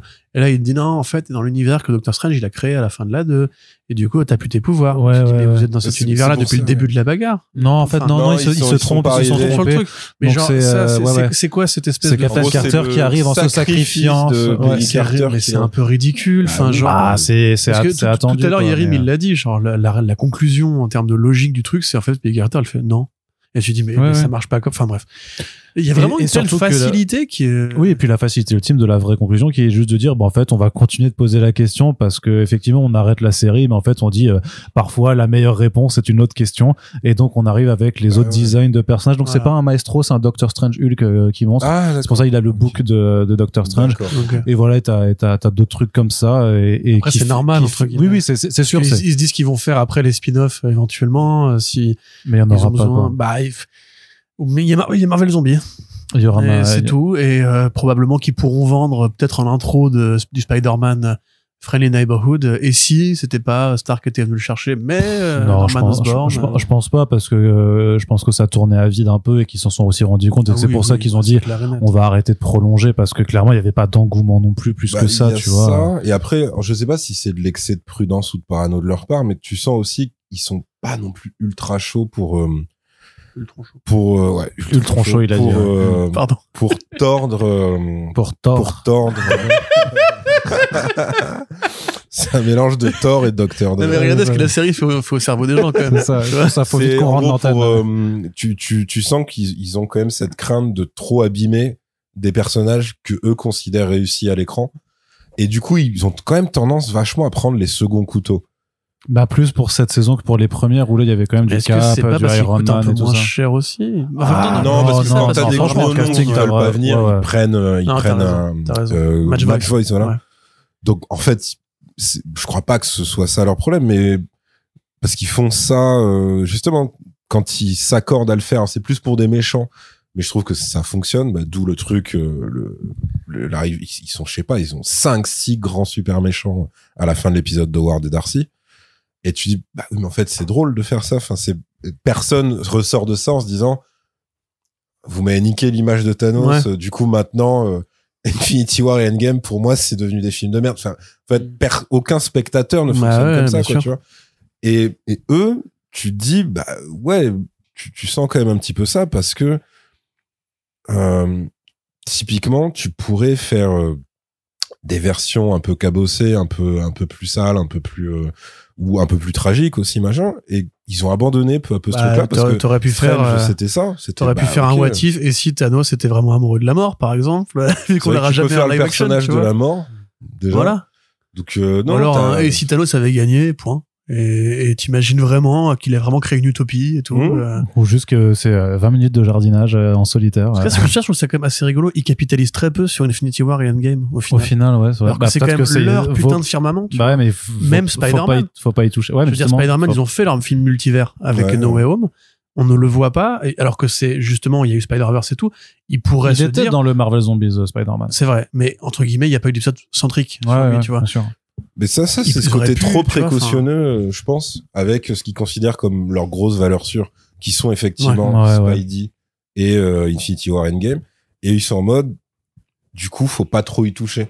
Alors que tu dis, ben non, tout va bien, vraiment, personne va vous en vouloir ou quoi que ce soit. Ou même Storm, peut-être que c'est pour pas écorner à faire un vrai épisode sur elle, pour se dire, non, il faut qu'on garde les cartouches X-Men pour plus tard. Ouais. Parce que si on commence à travailler... Ça, c'est vraiment une connerie pour moi. Et t'aurais vraiment pu faire en plus un épisode What If the X-Men were on the Terre 616, depuis tu vois, le début, comme ça, tu vois, tu refais pareil par scénette, genre, bah, du coup, ils auraient poutré les Chitauri, ils auraient poutré Thanos, ça aurait été facile pour Xavier, tu vois, enfin, il y aurait eu un vrai truc comme ça. Mais bon, tout ça, c'est dans une autre terre. Peut-être qu'il y a une autre terre parallèle dans laquelle, en fait, on est tous ultra joyeux sur What If avec First Print. Mais hélas, ce n'est pas la réalité dans laquelle vous nous écoutez. Où on a Lucie Castet. Ouais, c'est ça, voilà. C'est une autre réalité. Mais en tout cas, on espère que le podcast vous a plu, que vous ayez regardé ou non What If saison 3. C'est terminé pour le moment de ce côté-là. Mais on se retrouvera en 2025. Hélas, peut-être, pour parler d'autres séries Marvel Animation. Et en attendant, merci beaucoup quand même, Yérim, de t'être sacrifié pour la bonne cause. Premier Créature Commando, ce sera mieux. Oui. Merci, Corentin. Bah oui, c'est bientôt mieux. Hein, voilà. Merci, Corentin, également. Et puis, si vous appréciez ces podcasts, n'hésitez pas à le faire savoir. Vous pouvez les partager, commenter sur les réseaux sociaux un petit peu partout ailleurs. Et on vous dit en tout cas à très bientôt pour le prochain podcast. Salut! Salut! Bye bye!